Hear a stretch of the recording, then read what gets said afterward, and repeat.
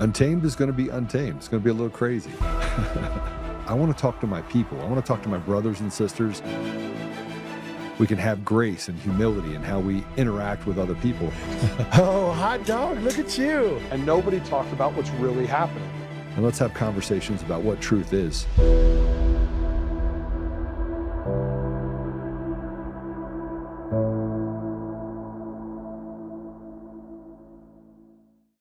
Happy Monday. It's good to see you guys again. It's been a great weekend. Man, how about that show on Saturday? How about that? That's one of many installments. We got another one happening this week, and we'll put together one after the other. We're going to get all the way down to the genesis of Smartmatic, Dominion, Sequoia, ES&S. We're going to dissect all of it. We're even going to bring you into the Scott Linebecker. What did he do when he was overseas in Kosovo? And why is Serbia such a hotspot? Why was there ever a conflict in Kosovo? And how do you tie back the organized crime that happens not just in Serbia, but in Ukraine and other areas to the players that run Dominion, that run now Liberty Vote? And we're going to be able to go through a bunch of things, but what I just want to say thank you to B. Somebody asked why it was hidden. Why do we hide his identity? Because everyone that has gotten involved in this, and I'm going to prove it to you. I'm going to prove it to you. Every single person that has gotten involved in anything related to helping the people, the same playbook has been used, and they have literally, without exception, gone after them full bore. And now we're going to be able to talk about. We're going to be able to talk about all of it. I'm going to draw a line to the people that came forward, like Dr. Corey and Dr. McCullough, people that came forward and talked about the elections, or excuse me, the vaccines, and they became kooks. These are people that were highly respected in their field, that were very academic about the information they put out there. We can talk about the elections and going all the way back to Clint Curtis, who they said, oh, this guy doesn't know what he's talking about. That's the new thing, is that the experts are no longer experts, and the people that are experts are partisan hacks. And we can talk about the effectiveness of ivermectin, and you could go to Grok, and you could run in there ivermectin. I want to take ivermectin because and Grok will tell you that it's all an urban myth. We could talk about the J6 pipe bomber. I was so angry. You have people on both sides of the aisle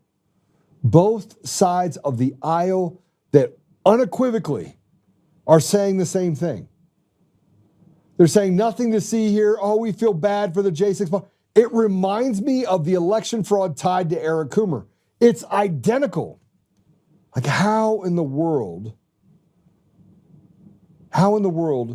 do you take someone that you've proven and then say that that's not science?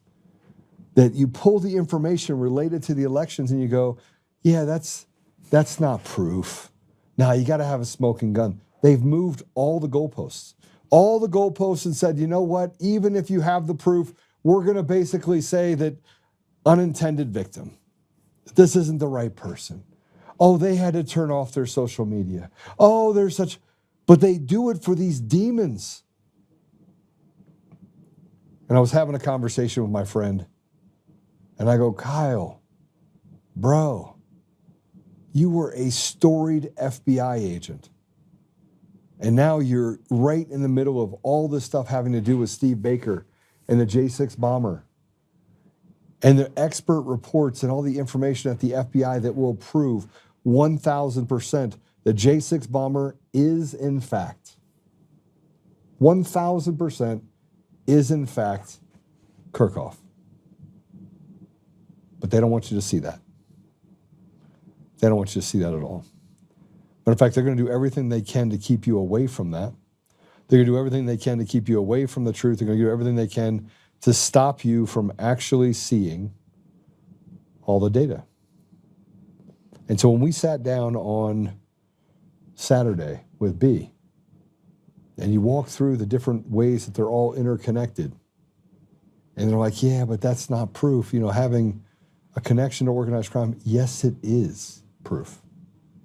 It 1,000% is proof. And the fact that we have to sit here and have this conversation is disingenuous to what the American people deserve.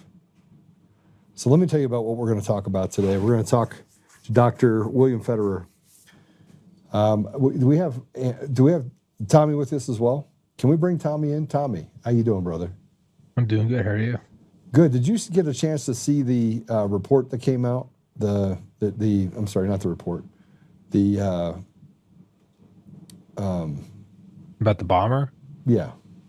Yeah, I've seen it kind of tangentially around how isn't a U.S. Capitol police officer? No, it's a CIA employee. Better. It was a Capitol police officer. There you go. And they did this thing called a gait analysis. A gait analysis is basically the way you walk. It's like a finger. Yeah, they've been using that in China for a while. So people with use face masks, the only way to around it is really to use, I think, either uneven shoes or to put gravel in your shoes. But gait analysis is pretty much up there with like a fingerprint. It's actually more conclusive than a fingerprint because a fingerprint, there is the possibility you could have a secondary person. It's 95%, 90% conclusive, right? But that's not the case with gating. I mean, you can get almost to 99%, 99.5%. Yeah.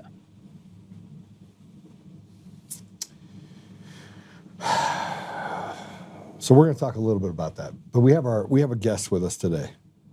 And Dr. Federer, he's going to talk to us about socialist ideologies and how they've infiltrated institutions over the past century, from universities to media to government. And I use the concept of institutional rot. So if you want to rot something, if you're a bad person, you sit, you lie and wait until you get promoted to a place where you can bring other people in that are bad. So it's why, by the way, no society has lasted as long as the United States. The United States, they try to figure out a way to crack the code in the United States. Like, how do you crack something that is smaller parts of a bigger part, and each one of those parts has its own autonomy for how it operates in those particular environments? That's community-based government, state-based government, national government. So they figured that they've been able to do it, but they had to be able to do it through the institutions, through the media, and then put those people in positions of trust and authority. So we're going to, and that leads to a consolidation of power. So he's going to connect our shift from religious tolerance to hostility against foundational Christian values, which is typically what you do if you're a demon, and the rise of state-controlled narratives. We're also going to examine societal decay in real time, from the Olympics banning transgender athletes from female events to liberal policies enabling crime and fraud, which is running rampant across our country. And nobody wants to do anything about it. Now, before I get into that, I want to say this. President Trump has officially pardoned Republican operatives from the 2020 presidential election, including Rudy Giuliani. So this includes people such as Tyler Boyer, Harrison Floyd. I'm going to call Harrison right after the show to congratulate him. John Eastman, probably one of the most amazing men you're ever going to find. Mark Meadows, I'm not sure how I feel about some of the people on this list, honestly, Tommy, knowing what I know about what they've done to my life. But and then Ed does say that the DOJ is working on freeing Tina Peters. That appears to be imminent. And before I bring our guest on, I'm just going to talk about a couple of tweets, so to speak. I put this up there. This is a question that I have, Tommy. Maybe you can answer it. Why can't we just do the right thing? Why is it so hard for these people to honor the American people? Real question. Instead, they lie, cheat, cover up the crimes while persecuting the American people with impunity. Thank God we broke up the betting on professional basketball players. Yeah, got to hold them accountable while covering up the pipe bomber. These unsanctioned gamblers are a threat for sure. Nothing to see here for sure. Today, I really wanted to believe good would prevail. I'm yet again disappointed FBI and the DOJ are irrevocably broken. The judiciary is filled with irrevocably broken, corrupt people. And Congress is filled with selected cowards who betray the people and stuff their faces. When will it end? When will we have enough? And in true form, Kyle Seraphin put this out. We haven't found a way, the FBI commented at 6:43 p.m. on Sunday night, we haven't found a way to spin Steve Baker's story. And so they said, so please call 1-800-FBI-TIPS if you have any ideas to help Bongo and Cash. I'm dead. And it says the FBI has officially gone on the record. They claim they're still investigating who placed the pipe bomber. All right, they're not real. They're not real. And in other news, just so you know, the Senate has voted 60-40 to end the shutdown. Bill now goes down to the House to be ironed out. Shutdown has lasted about 40 days. I'm going to play this last piece, which is the Democrats' plan using the American people as leverage. This actually happened. Go ahead and play cut 5. We need to do this while we have the leverage. Of course, there will be, families that are going to suffer, but it is one of the few leverage times we have. You reopen the government and we lose our leverage, there has to be an agreement right now. That's what this whole shutdown is about. Republicans control the House, the Senate, and the White House. Frankly, this is our only moment of leverage. The idea that you would give up all of your leverage and then hopefully get some sort of great deal coming down the pike is just a fool's errand. Why are working families the leverage the Democrats need to get Obamacare fixed? It's the only lever we have. Democrats have this one little sliver right now when we've got some leverage here. Some Republican senators have pushed a bill that would pay government workers. I think that just gives the president more leverage. Catherine was basically expressing, in her own words, the notion that our leverage right now are our votes. Them wanting to solve the problem that we want to solve, but do it in a couple of days or a couple of weeks when we've given up our negotiating leverage. Without that leverage, the minority party, would be stuck in the mud and not basically have anything to negotiate.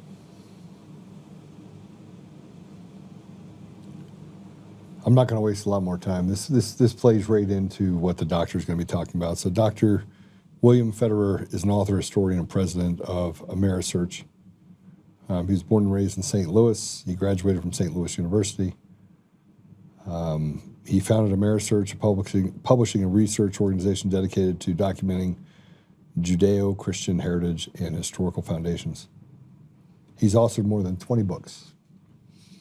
And his seminal work, America's God and Country, Encyclopedia of Quotations, became a national bestseller with over 500,000 copies sold, which was widely cited by educators, politicians, and authors.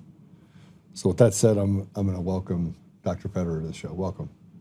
Hey, good to be with you. Can you hear me okay? Yeah, it's good to have you. Yes, sir. Oh, wonderful. Well, thank you for what you're doing. Dr. Federer wrote, I had him on several years ago, a couple times in his book, Socialism from Plato to President. I think I didn't even know what we were going to be talking about today. There it is. Otherwise, you can get it in the description. It's also on Amazon. You can grab it. I've read it, I believe, twice, and it's actually kind of ironic because I didn't know what Joe was going to be bringing up today in terms of current events, but it weaves right in there, and Dr. Federer can really, be it 200 years ago, be it 2,000 years ago, or be it in present day, you really can see the erosion of not only trust in institutions, but also, as Dr. Federer, I believe you said before, is faith in God, faith in Christ. And you can see that it all does seem to be I forget the exact wording of the quote, but lay not your treasures where dust and time doth corrupt. And I believe you turned me on to that quote, but I think that you are a pretty good fit for the show today. Yeah. Well, one of the chapters in the book is how to brainwash a nation. And they've basically taken marketing of products into marketing of ideologies. And so Karl von Clausewitz is a 19th century military strategist, and he gave the classic purpose of war. It's to get your opponent to submit to your will. So you go through all the battle strategy and weapons, but the goal is to get your opponent to submit to your will. Well, Sun Tzu's Art of War, 5th century BC, says that supreme excellence in a commander is to get your enemy to submit without a fight. It's like you psych them out. It's just called the psychological operation, psychological warfare.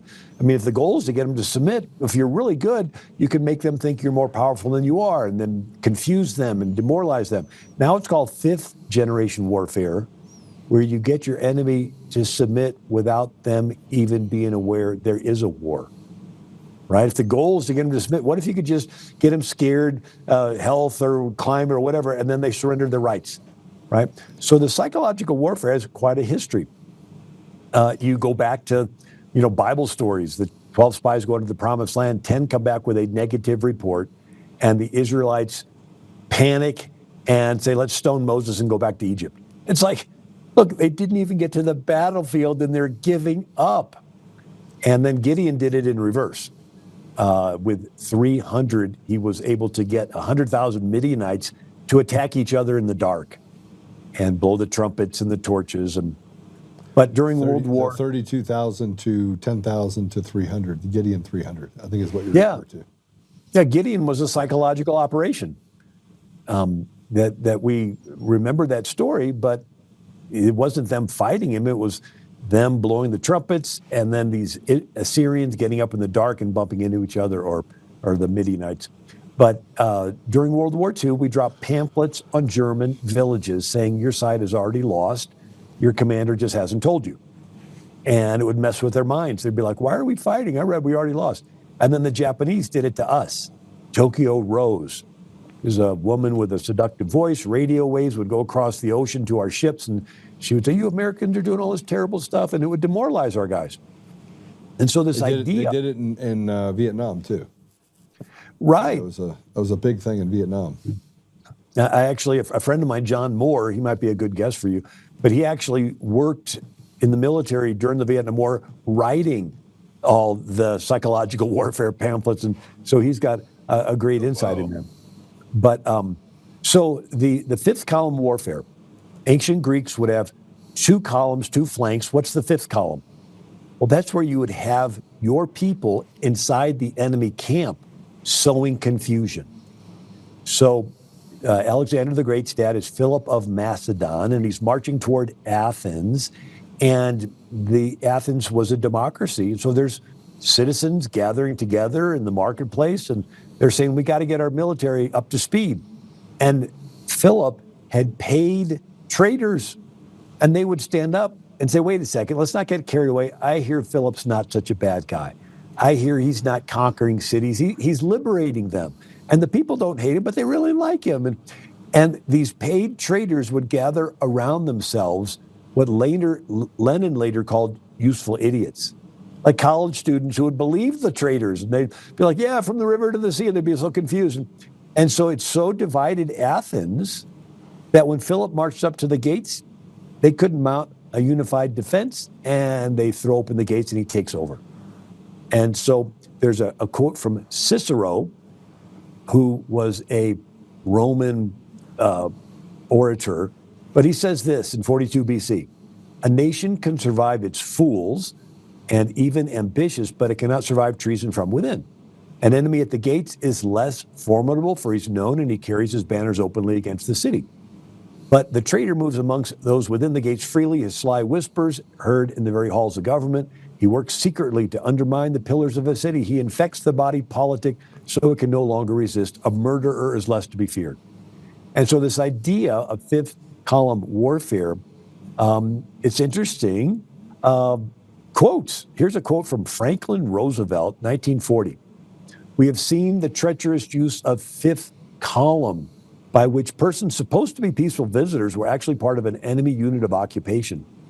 FDR said, 1942, our enemies have spread falsehood, error.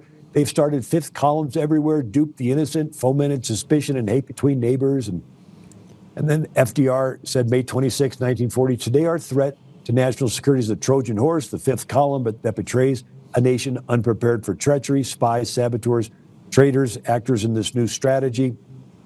And then Winston Churchill, In the British Commonwealth, in the United States, communist parties or fifth columns constitute a growing challenge and peril to Christian civilization. So this idea is you sneak into the country, maybe buy up land around military bases like the Chinese. I personally am suspect that this rash of oil refineries blowing up, chemical plants blowing up, food processing plants blowing up, avian flu, got to kill off all the chickens, the mad cow, kill off all the cows, bridges being blown up, railroads. It's like, wait a second, this sounds a whole lot like maybe there's enemy units of occupation like FDR talked about that are destroying our infrastructure right before our eyes. So you talk about the birds. What's interesting about that is strategically, these are the organizations that have rejected the idea that they would inject this stuff into their chickens. So they killed off the ones that said, hey, we're going to opt out. We want all fully organic. So they were rejecting all the things they were putting in those chickens. Now, that wasn't just one. That was 15 or 20 different companies in different environments over the last 5 years, right? And then they called it this avian flu, so we had to kill off all the birds. Yeah, I actually talked to I talked to somebody, they had a chicken farm, and like 10 miles away, a bird supposedly landed in somebody's yard with this illness, and based on that, they wiped out the entire chicken farm. I mean, it makes no sense, but it does make sense if your goal is to weaken the infrastructure of a country. And then you have the pork processing plants and the big conglomerates buying them and consolidating and shutting them down until you only have a couple left in the whole country. Lead processing, all these different things. It's to me, it's suspect. There's Antonio Gramsci was a Italian socialist, and he got on the wrong side of the Lenin and Stalin socialists who wanted to conquer the West with tanks. And Gramsci said, you'll never conquer the West with tanks. You have to rot it from within. It's called the long march through the institutions. He says it's going to take time, but you got to infiltrate.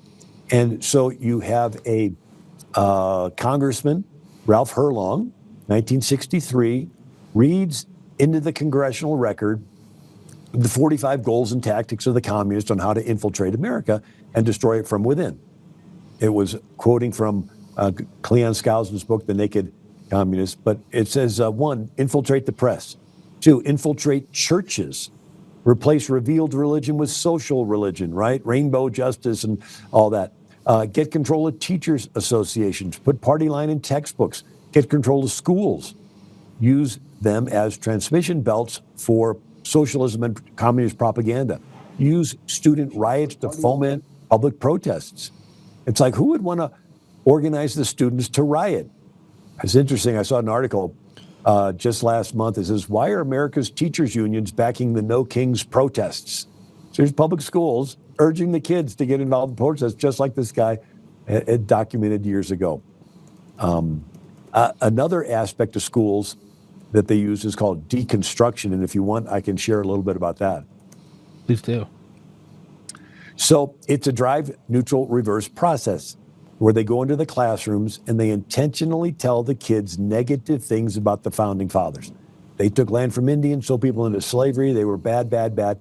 And these kids are like, our founders were bad. Forget the fact they gave us a country where we get to be in charge of our life and all of us together are in charge of the country. Forget that. All the founders were bad. Everything they did was bad.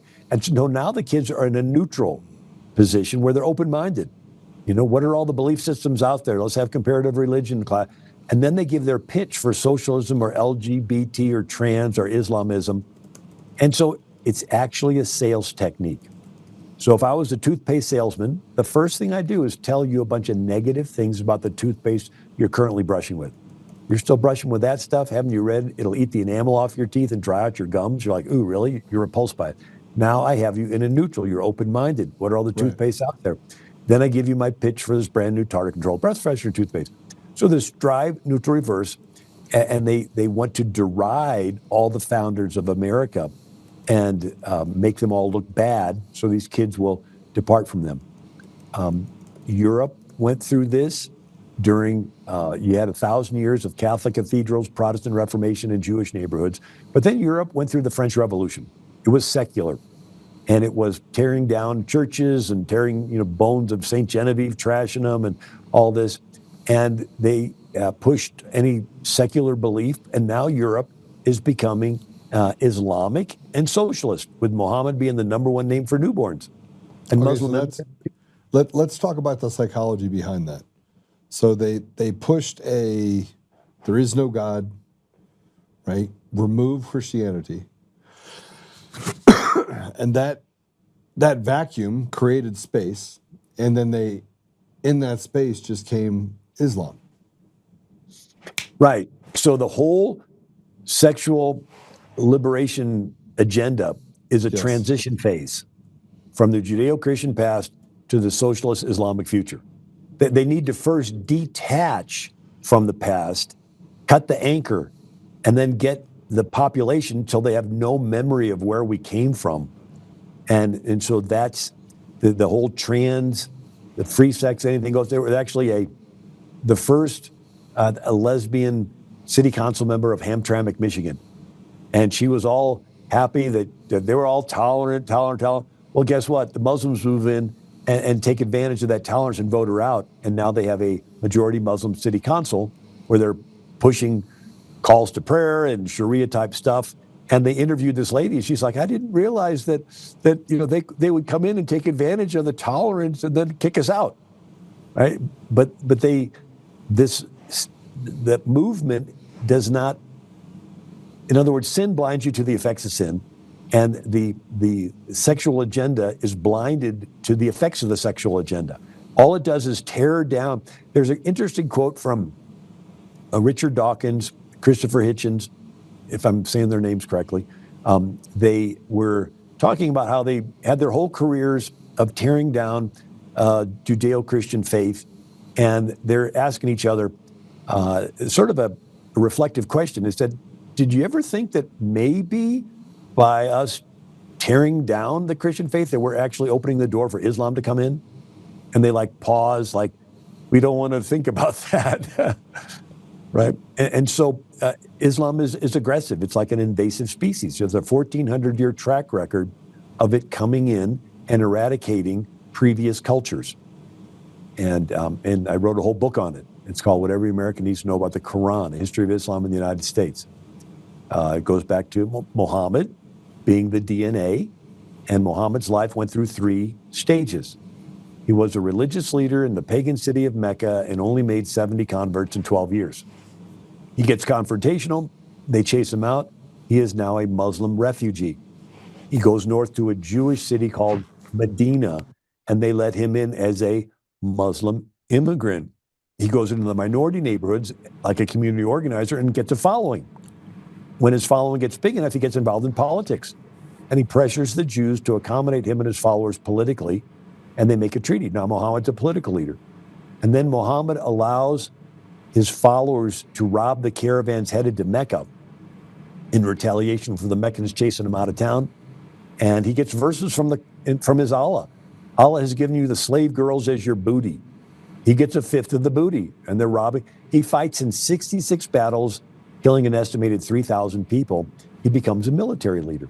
And so since Muhammad himself went from being a religious leader to a political leader to a military leader, and he's the ideal, his life is called the Sunnah, the way, the example, that those that want to follow him religiously, and then politically, and then militarily. So there's a 1,400-year track record of them coming into host cultures as immigrants, and then building a support base and getting involved and getting elected into politics, and then random outbreaks of violence, usually by the young men, and then the previous inhabitants of the neighborhood no longer feel safe and move out, and they take over the neighborhood, city by city, country by country. All right, so do you think it's too late? I mean, I have to ask you the question, is it too late? Is it too late for our country to come back from this massive amount of degradation we have in our country? No, it's never too late. Hold on a second, time out. The never too late, I mean, I use that too, works out really well, but Doc, you're smart. You understand math. You understand the complexities of the rot that we face, right? So institutionally has led into government, who's led into our judiciary, led into our legislature. It's created false selected, elections. It's everywhere. It is pervasive. Would you agree? It is. It is very, very serious. But it was a miracle that Trump got elected. I was in Seoul, Korea, with Charlie Kirk 4 days before he was shot. We met with a pastor's son, S-O-N, Pastor Son. He pastors Seguro Church in Busan. It's a mega church. And the Koreans used Huawei computers for their election. Huawei is a communist Chinese company. And guess what? A pro-communist Chinese person won the presidency in South Korea. He immediately sends people to Beijing for their military parade, never been done before, reaches out to North Korea, and then he's pushing the trans agenda. And Pastor Son got 1 million Koreans to protest the trans agenda. This current president of South Korea has his house raided, seizes his cell phones and computers, files 22 lawfare charges against him. And we're meeting with Charlie Kirk, and Charlie says, if they arrest you, I personally am going to call President Trump. Pulls out his phone, starts texting Marco Rubio. And 2 days after we left, they arrested Pastor Son. And Charlie's staff said, we're going to focus on this full time. We got one last event in Utah, and then we're going to focus on it. Well, guess what happened? He didn't make it past that event in Utah. So this, you just actually added some context. I just got that thing happened. When you get that thing up the back of your neck. So Charlie said, I'm going to call President Trump if you're arrested. I was in the room, with Rob McCoy and Ryan Hilfenbein of Liberty University. I know Rob McCoy. Yeah, well, good dude. Yeah. Okay, so he's now in jail? Yeah. And they have seized his son's phones.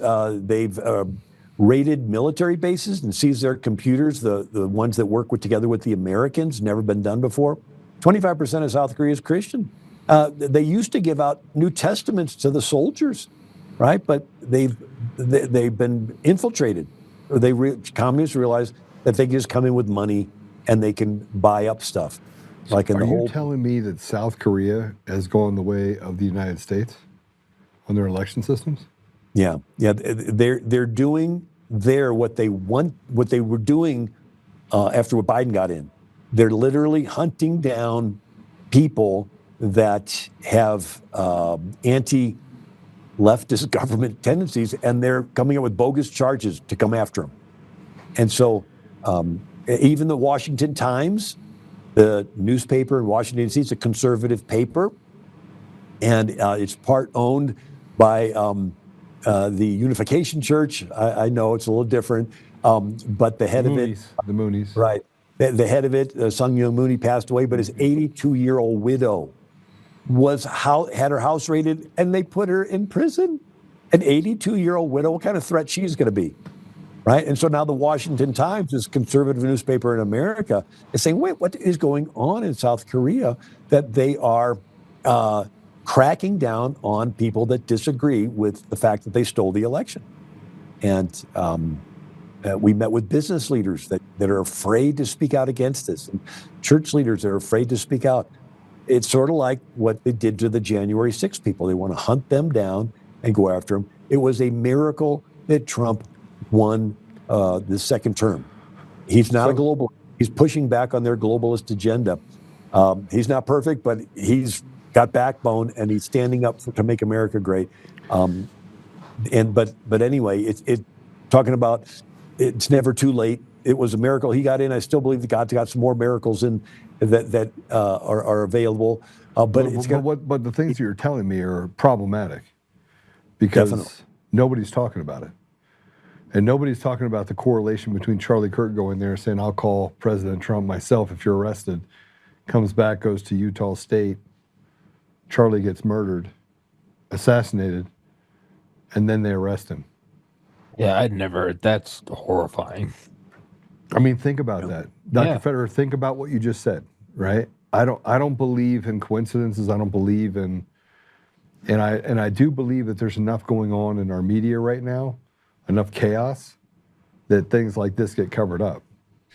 I talked to a guy that used to be a PSYOPs military officer. Yep. And I said, tell me about what is this PSYOPs? He goes, okay, we were in Afghanistan, and there was a Muslim imam that was causing us problems. And if we would have killed the imam, they would have risen up and gotten crazy.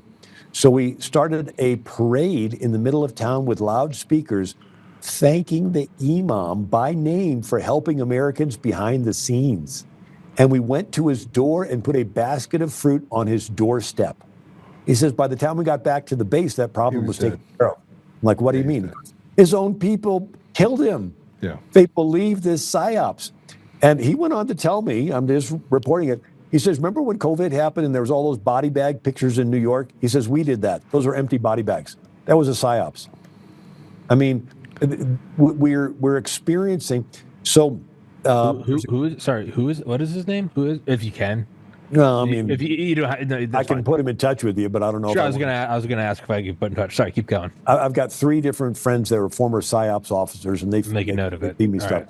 That basically, there's a book by Michael Waller, and it's called "How I had him on. Yeah, how Cold War heroes became dupes of the deep state." Had him on my show. He's awesome. So it was Obama that all these tactics that were used during the Cold War to basically, overthrow pro-Soviet leaders and have these countries be more pro-Western. Obama turned all these things inward on America. And so in 2015, if I get the date right, Obama signed an executive order using behavioral science insights for the benefit of the American people. What's behavioral science insights? It's PSYOPs. And it says right in there, to study people, how they make the decisions and how this can be used for the pushing an agenda in America. And then Obama, so during the Cold War, the Mockingbird Project, it was Carl Bernstein, Watergate reporter, CIA, and the press. It's a 1977 Rolling Stone magazine article. And he says that the CIA under Allen Dulles has 400 assets in the mainstream media. And they were feeding talking points that at the time were more or less warning America to the Soviet threat. And so the liberals found out about this, and they didn't like the anti-Soviet. So they passed the Smith-Mundt Modernization Act. The Smith-Mundt Act, which stopped it.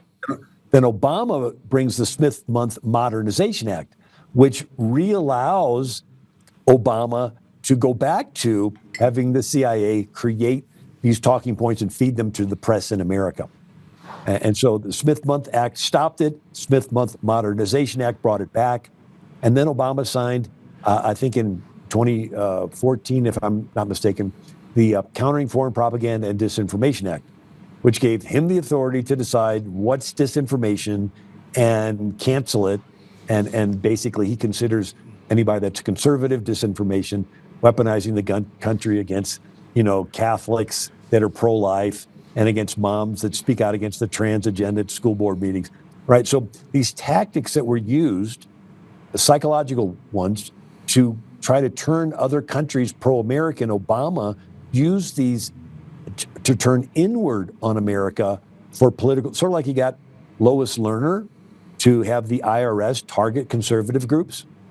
And when she was asked to testify, she pled the fifth and stood up and walked out, right? Here, they were weaponizing it. Well, so Obama's been doing that, did that with all these different departments.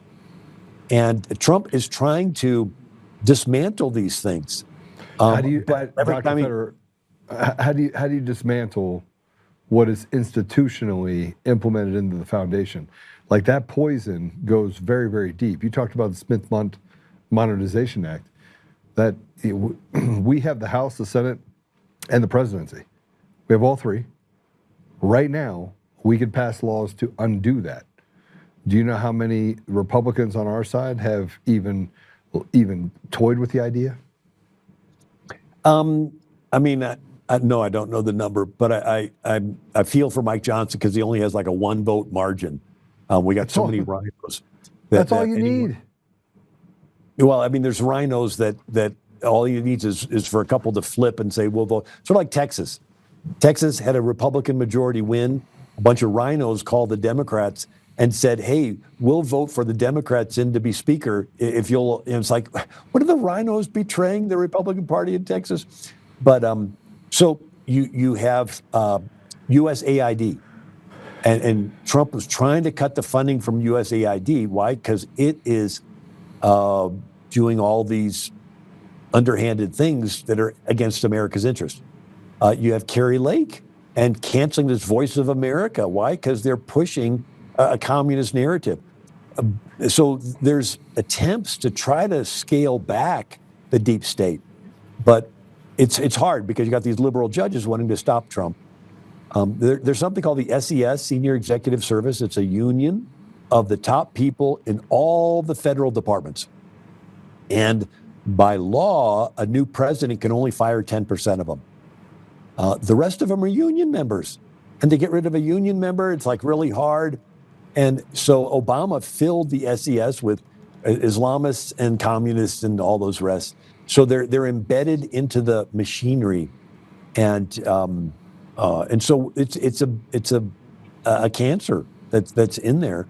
So we need to, I think if we got more Republicans elected, then Mike Johnson would have more room to work with, that if, some rhinos weren't going along, he could have enough people that could go along to trim back some of these things. But you're right. It is very serious. I think, there's a lot of voter fraud. I personally experienced when I ran for Congress, a lot of voter fraud. They didn't leave my name off the ballot. Oh, that was I had that conversation with Charlie, right? I've had that conversation with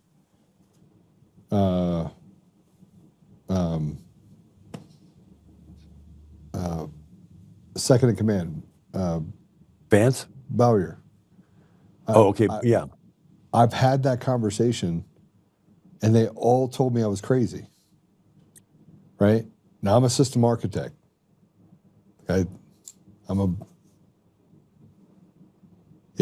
There's tons of evidence of election fraud. The entire system is fraudulent. Dominion, ESNS, Smartmatic. I mean, we have more evidence. They just keep moving the goalposts. That's not enough evidence. That's not enough evidence. You have judges that are basically throwing it out on standing, doing all the things that they can do. We have all the evidence to prove that our election systems are absolutely fraudulent. So you're never going to get to a place where you have the density that you need in Republicans, because Republicans are doing the biddings of the Democrat. You just said what they did in Texas. Hey, we'll elect the Democrat, speaker. To cut off what's happening with the Republicans. Like, we don't have a really good record. Even Mike Johnson doesn't have a great record. Lots of people don't have a good record because they're taking money from foreign entities. Right? Am I saying wrong? Am I wrong about this? I mean, it's very serious. But again, I keep coming back. It was a miracle that Trump got in. So in other words, I have to be careful, because if I share too many stories, people say, well, why even bother getting involved?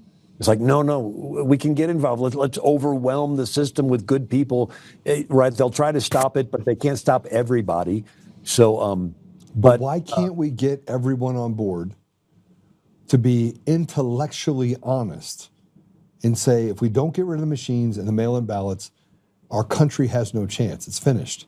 Yeah. Because someone is running that. We don't know who that someone is, right? And why is it this so hard for us all?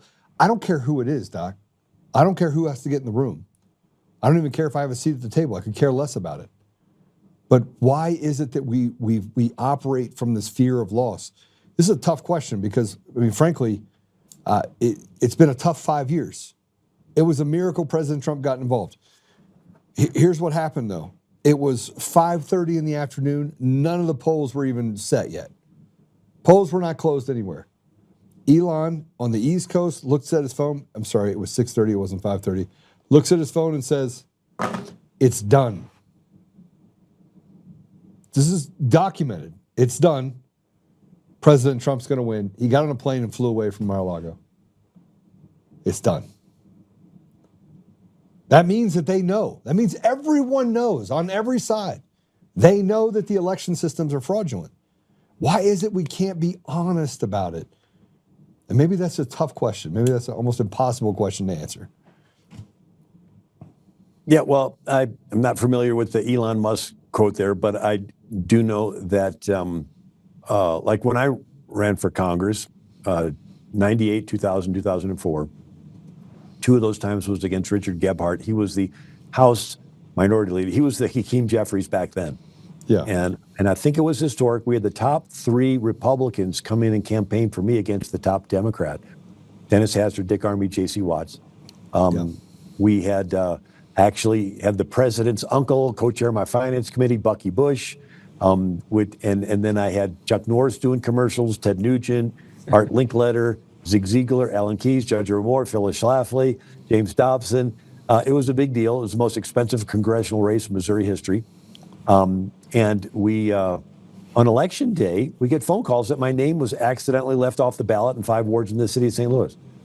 We get calls that they lost the box of ballots from Guffey Elementary School, which was the biggest precinct that I personally stood in front of for 8 hours in the cold. And it's like, you lost? They lost the box. And then we were ahead, and the electricity goes off in the Board of Election, and when they reboot, we're behind. And it's like, they even had a guy named Robert D. Odom who went in to vote, and his name was not on the registered voter list. So he brought a lawsuit to keep the polls open late, and the federal judge orders the polls to stay open until midnight in St. Louis. The next day, they find out that Robert D. Odom had died 2 years earlier. It's like, who brought the lawsuit? Well, somebody in the Democrat Party. And it went from front page to back page till it was forgotten. And when this happens to you, and you've spent 2 years of your life going to every meeting, neglecting your family, raising money, and then at the last minute, these things happen, right? So I know that these type of How things. does your blood not boil? Well, I mean, that was just the beginning of it. We had to fight lawsuits. Larry Klayman was the head of Judicial Watch, and then Tom Fitton took it over. We sued Gebhardt in federal court. I mean, we did all kinds of stuff. And but I'm still taking. Won. And Gebhardt has dropped off the map. So but I'm sorry, but the bad guys won. You weren't put in the seat that you were supposed to be put in. Yeah, I mean, but I take sort of a little retrospect. I thought, well, it did allow me to become somebody with a more national platform, and so I've been able to speak out and get involved in ways which before I was just maybe an author that had a book or two, So I tell people, you do your part, and then you got to trust the Lord with the rest. If you decide that it's hopeless and draw back, you're almost contributing to the problem. We still are the world's best hope, last best hope, as Reagan put it. If America were to fall, you would have Chinese communist dictators, Russian dictators, Ukrainian dictators, North Korean dictators, Iranian Ayatollah dictators. You'd have a gang war on a global scale with the most advanced weapons, and human rights and values would be crushed. Well, this is the last best hope, and it's worth fighting to preserve. And to see, Charlie Kirk getting literally hundreds of thousands of millions of these young people involved. They've had 160,000 requests for Turning Point chapters since Charlie's death, and I've spoken to these youth, all over the world, and they're just chomping at the bit to get involved. They want to, and so I sort of see this next year as one of extremes. You're going to have extreme wickedness, people coming out on the left with just ungodly, hard-hearted, pro everything evil. But then on the same time, you're going to have people be more excited, wanting to save America and stand up for Jesus, and it's almost like it's a decision-making moment, and let's do our part, and then we have to give it to the Lord, and you really can't do anything more than that. So by the way, I don't want you to take my telling you is it too late in your response as that I don't want to have hopium. I'm a firm believer that everything happens for a reason, and you got to give it up to God. God is the only one that can solve some problems, but it does say faith without works is dead. So we need to make sure that we stay very committed to honoring the fact that God has put us here for a reason. We're here for a time like this. I mean, Charlie, by the way, he had all the education side covered. And we took for granted for the fact what he was able to do on the education front. He was a force of nature. And the catalyst, what they used for bad was then ultimately used for good. And they have 160,000 different chapters that will be created, not just here in the United States, but around the world. And so I wanted to be the antagonist with you because I think people need to understand that this is not an option. Like just throwing your hands up in the air and saying, well, we can't do anything. It's over. It's over. Just call it a day. Just bring in Mao. We need him to stack himself up in D.C., right? Yeah, there's a quote from Jonathan Trumbull. He was the Connecticut governor, who was for the British, but he switched over and became pro-American. He'd write a letter to George Washington. And he said, to trust altogether to the righteousness of our cause without our utmost exertion would be tempting Providence. In other words, we can't just sit back and say, well, we're on the right side. We just got to trust. No, you give your utmost exertion. You do everything you can, and then you trust the Lord. I mean, when the founders did the revolution, the King of England was a globalist. He was the most powerful person on the planet. The British Navy, he had armies and skilled generals, and we had a ragtag thrown together, no Navy. And so they said only maybe 15% of the country got behind Washington.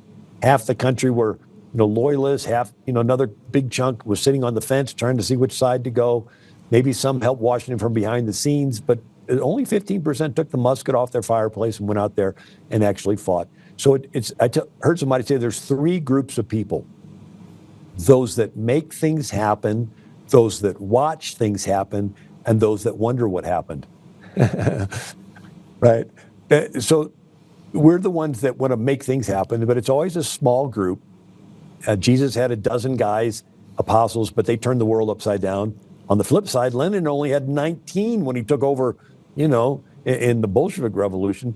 So for good or bad, a small group can make a big difference. And Charlie's an example of that. When I first met him, he was 19 years old. I was speaking in Robinson, Illinois, at a civic center with about 500 people, and he was the warm-up speaker for me, right? This teenager. But he did such a good job. I remember I couldn't concentrate on my notes before I got up. But in Seoul, Korea, 4 days before he was shot, I was the warm-up speaker for him. And to think that here, it just, what really was a short time, this one guy really changed the world. And that's an encouragement to everybody that you can make a big impact. You just got to be sold out. And then, the Bible stories, what are the ones we love the best? It looks hopeless. God raises up a Moses, a Gideon, a David, right? And they have faith and courage, and things turn around. And this is just our turn. And all right, so I like to work the problem, and it's one of the things Charlie did really well because he was the great debater. Like he debated things.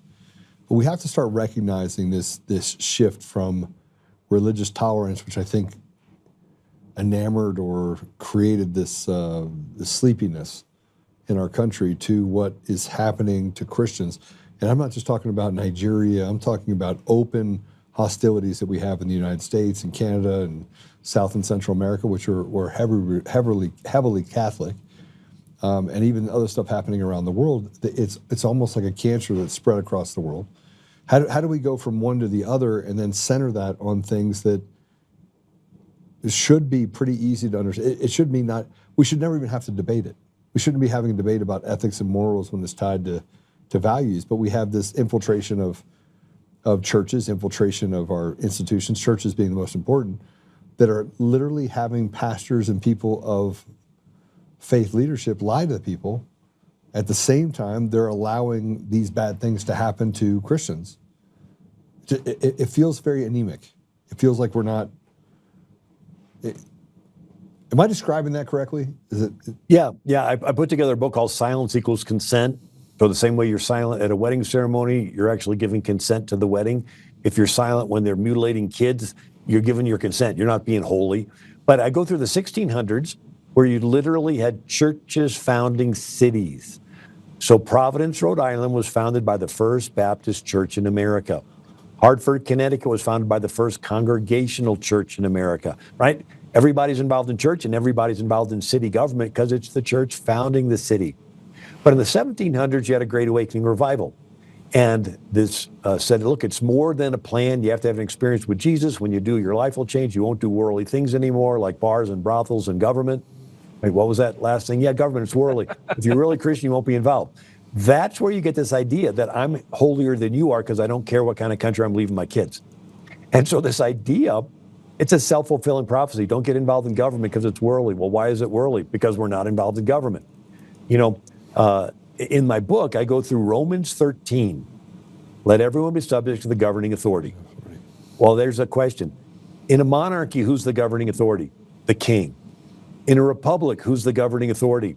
The people, right? A republic has citizens. The word citizen is the word for co-ruler, co-sovereign, co-king. And so the message from the Bible is different to people in different circumstances. If a man is single, you preach a message from the Bible, abstinence. If he gets married, you preach a different message from the Bible, be faithful to your wife. If somebody's living in a monarchy, you teach, okay, submit to the king. But if somebody's living in a republic, it's you are the king. The politicians are your servants. It would be silly in a republic to preach, don't get involved in politics, when it would be like telling a married man to stay abstinent. It's like, that doesn't work, right? In a republic, you need to teach that you, the citizen, are the king, and you will be held accountable to God for what happens. If things go south, it's your fault. So Doctor, how do we go so far from the Thomas Jefferson letter that was written in the early 1800s, 1801, 1805, something like that? Thomas Jefferson wrote a letter, and then it basically is the foundation of the Supreme Court ruling of separation between church and state. Yet the foundational belief, but before Thomas Jefferson, was there's a separation between church and state, but you can take the church out of the state, but you can't take the state out of the church. Or excuse me, the other way around, right? So it was interpreted in such a way that took away authority of the church to get involved in politics, but that wasn't the intention that Thomas Jefferson had when he wrote the letter. I just got told 1802. Yes, I was close. Yeah. So Europe was Catholic, and then the Reformation, and then you have each country had its own denomination. Germany was Lutheran, Switzerland, Calvinist, Scotland, Presbyterian, Holland, Dutch Reformed, England was Anglican. And if you did not believe the way the king did, you were persecuted, you fled. A lot of those people spilled over, founded colonies in America. Every colony was started by a different Christian denomination. Virginia was Anglican, Massachusetts was Puritan, Rhode Island was Baptist, Maryland Catholic, Connecticut and New Hampshire Congregationalist, Delaware and New Jersey were originally Swedish Lutheran, New York Dutch Reformed, Pennsylvania Quaker, and they did not get along, but they all had to work together against the king. After the Revolution, they had a fear that the new federal government was going to pick one Christian denomination and make it the national one, which is what many of the states had and which is what every country in Europe had. And so they wanted to tie the federal government's hands to keep religion under state's jurisdiction. So I read through every state constitution. 9 of the original state constitutions required office holders to be Protestant. 3, all you had to do is be a plain Christian. I shared this with Charlie. I was on Charlie Kirk's show, and he caught on to it, and he used it in his debates, and he even texted me one of his debates. It's like, hey, I used your stuff. Right? And so he used it on the stage when he called out someone for saying that was an actual racist, that you actually don't support President Trump if you are a racist. It was that speech that he used your work. Yeah. Anyway. And I would, for 20 years, I've been saying the most important thing is to bring people to Christ, but the second most important thing is to preserve the freedom to do the most important thing. And he liked that as well. And but this idea is that Connecticut was a congregational state from the founding of Thomas Hooker, 1639. And they only had one denomination in Connecticut, the Congregational denomination. We become a new country. And the state loosens up and lets Baptists in. But they're sort of second-class citizens. And that's when they write the letter to Thomas Jefferson saying, sir, we recognize as the national legislator you cannot overrule the laws of the states, but we believe that religion is something between man and God. And as Congregationalists, we shouldn't be treated as second-class citizens, or Baptists in the Connecticut Congregational state. And Jefferson writes back, believing with you that religion is something between God and men, that the government has no right to intervene, and that there's a wall of separation between church and state. Right? So Jefferson helped disestablish the Anglican Church in Virginia. And you had Patrick Henry and George Washington wanted to keep the Episcopal Church established, which is like Anglican without a king.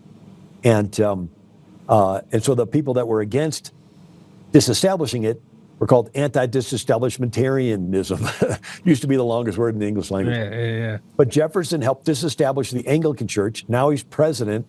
These Baptists say, gee, we would help that we'd like you to disestablish this Congregational Church, but we realize you really can't as the president, but gee, we really wish that your views would spread like the rays of the sun would shine. And but Jefferson writes back to him saying, I agree with you, that the government shouldn't have any say. They shouldn't be treating you as a second-class citizen because you're a Baptist in a Congregational state. That was the framework. And the Baptists, when they were first started in England, their little Bible studies were raided, and they were dragged before the Star Chamber. It's a room with stars on the ceiling.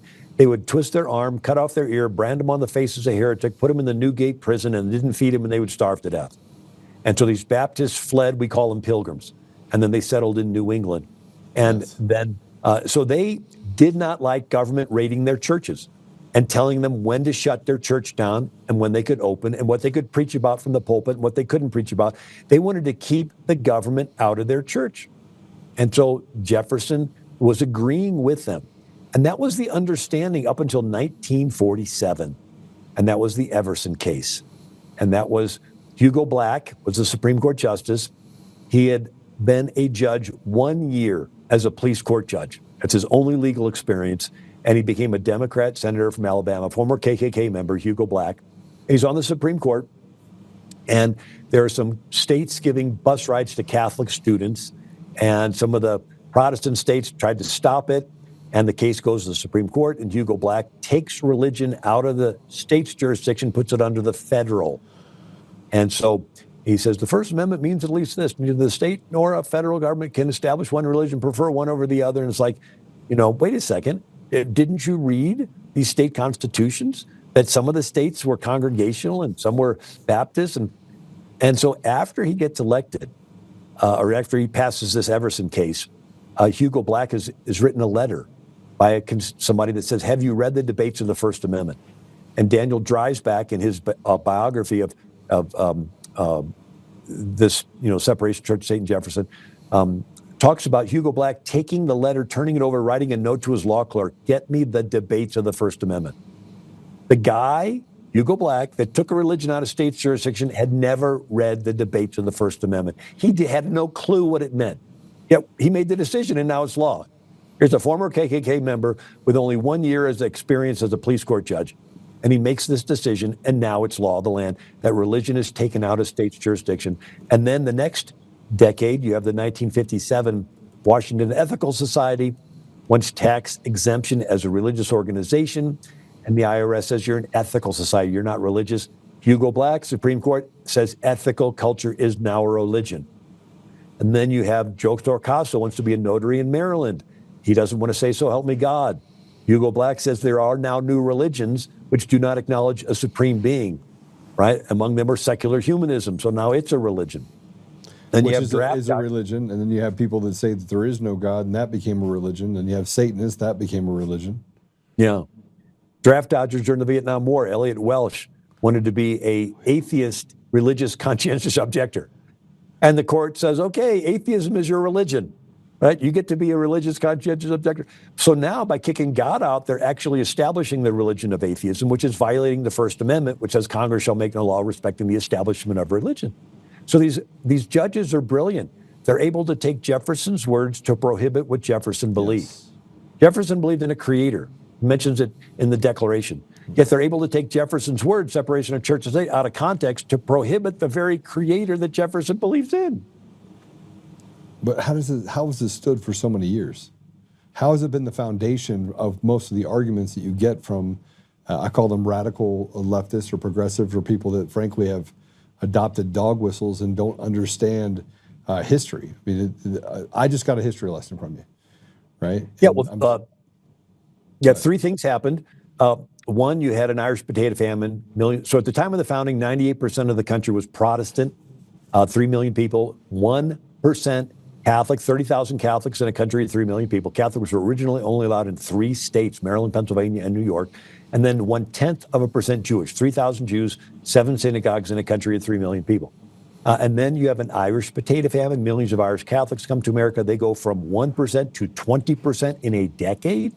And there's a large anti-Catholic backlash, and then it settles down. Then many states change their state constitutions to say all you got to do is be a Christian, no longer Protestant, just a plain Christian. Then there's a persecution of Jews in Bavaria, middle 1800s, 250,000 come across. They go from 0.1% to 1%. And then Thomas Kennedy, a Presbyterian in Maryland, changes the state constitution to say every office holder to be a Christian, and if the party shall profess to be a Jew, the declaration shall be of a belief in a future state of rewards and punishment. After the Civil War, many states rewrote their constitution to say all you had to do is believe in God, right? But you drop the pebble in the pond, the ripples go out. You can see first it's tolerance only for the denomination that started the colony. Then it went out to Protestants, then Catholics, then Jews, anybody that believes in God. Finally to the Satanists, the trans, and everything else. And the last one's in when it kicked the first ones out. So everybody's tolerated in America except the Christians that founded the country. So it's backfired. So I wrote a book by that title. I got to read that book. I've got to read that book. Like, guys, get me that book, like right now, please. I've got to read that book. What's it called? It's called Backfired, A Nation Born for Religious Tolerance No Longer Tolerates the Religion of Its Founders. Another book is called The Original 13, where I read through every charter of every colony and then every state constitution. So I take Virginia, from a 1606 charter, 1609 charter, all the way to 16, and then the first state constitution and all the amendments to the state constitution, all the way up to the present. And then I do the same for North Carolina and South Carolina and Georgia. So you get this picture of a snapshot of the entire history of Maryland, from Lord Baltimore founding it all the way up to Madeline Murray O'Hare. And you get to see this timeline state by state. And each state advanced religious freedom at its own speed, like a racetrack with 13 lanes. And so some states today have gambling, others don't. Some states have marijuana, others don't. Some states have prostitution, Nevada, thank God the rest don't. Back then, some states were rural and they did not have blue laws. And other states like Connecticut were really small and they had blue laws where you couldn't even ride in a carriage on a Sunday. But it was up to each state to decide. So religion was under state's jurisdiction up until that Everson case in 1947, when they took religion out of state's jurisdiction. And but now you see this entrance of Islamism and Satanism and trans. I was with a Anglican priest, Father Calvin Robinson, big tall black guy.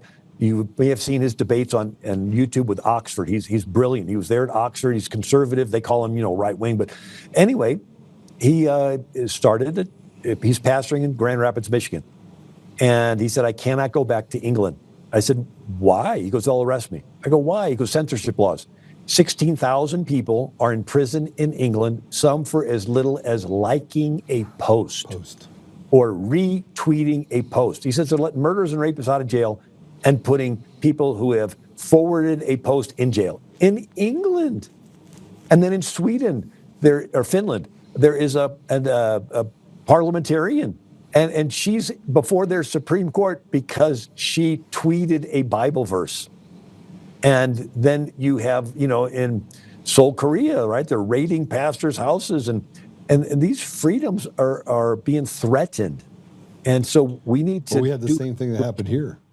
Yeah. We had someone that prayed in front of an abortion clinic and was locked up and put in jail by our own DOJ in 2022. That actually happened. Was sentenced to, I think, 4 years or 5 years. And, there are people in this country that have been arrested for tweets, arrested for making comments. So it's not even just what's happening there. They're finding creative ways around. The 1512 laws in the J6ers, same thing. They took a law that was designed for people that were basically obstructing official proceedings tied to Enron, and they use that to say you're not allowed to execute your redress of grievances at the state capitol during a counting of the vote. You know, every totalitarian regime in history, once they seize power, they want to arrest and kill off all their opponents. I mean, even Bible stories, you'll have a King Joash, and he gets in, what does he do? He kills off all his brothers, anybody that challenges the throne. There's a Muslim Sultan, Murad the First, and he has a harem, lots of wives, and he says it for the sake of the Ottoman Empire, it behooves the son that seizes power to kill all his brothers, right? And so, you know, so this idea of once you seize power, you want to kill off any threat to your, and so that's what they did. They stole the election with Biden, and they wanted to do J6 and get all of the conservatives. And I mean, I talked to an 80-year-old lady, and the FBI is like wanting to put her in jail because she was, you know, there with a bus load of old people for January 6th. I mean, it was insane. But this is what tyrants do. Trump is pushing back on this. He's the last best hope that's over America. He's the great pope, right? Yeah, I mean, who else can cough up $450 million for a bogus fine? I mean, remember what he said though? Well, how'd you do it? He goes, cash. Cash. I mean, I mean, I ran for office, and you know, you look at the Roman Empire when the Roman Republic was winding down and turning into a Roman Empire. It became a game of rich people, Crassus, Pompey, and Caesar, and so to even vie for leadership, you had to be in this very top tier. We're sort of in the last stages of the life cycle of our republic, and for that matter, globally as well. So this is this is a game for keeps, and I think that we need to win the midterms. Doc, you know what you just said. I mean, let's be. You said we're in basically the ninth inning of our republic. I mean, everything that you just said about the Roman Empire is exactly what's happening right now in the United States, or globally, for that matter. Yeah. You know, You could be in the transition phase to an empire. I mean, empires can, or republics or whatever, they can fizzle out. They can completely implode like a supernova, or they can turn into an empire. And say the Holy Roman Empire, okay, it's not a republic, but that also led to the Pax Americana. So I kind of look at, and this is maybe bargaining, I kind of look at like best case, like we're going to transition to some sort of empire. But if that's what it takes to stop the the irreversible march of satanic pedophile transitioning kids, I kind of take that as a win. That's just my 2 cents. Sorry for interrupting, Dr. Federer. No, that's good. So Will and Ariel Durant wrote a multi-volume history of the world, and they observed trends. One of the trends was, as a nation becomes more advanced, they wait longer to have children and have fewer of them. And the less advanced nations start earlier and have more kids. And he goes, in this way, the laws of nature seem to punish the more advanced by having the less advanced have more kids and overrun them. So Rome was being invaded by the Ostrogoths and the Visigoths, and they were having lots of kids.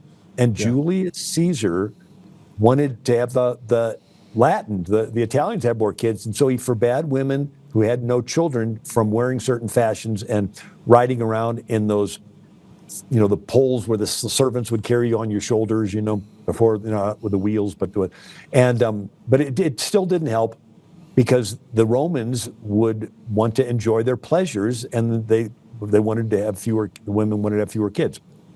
And so you look at population-wise, when I was in Seoul, Korea with Charlie, he says, Korea has one of the lowest birth rates in the world.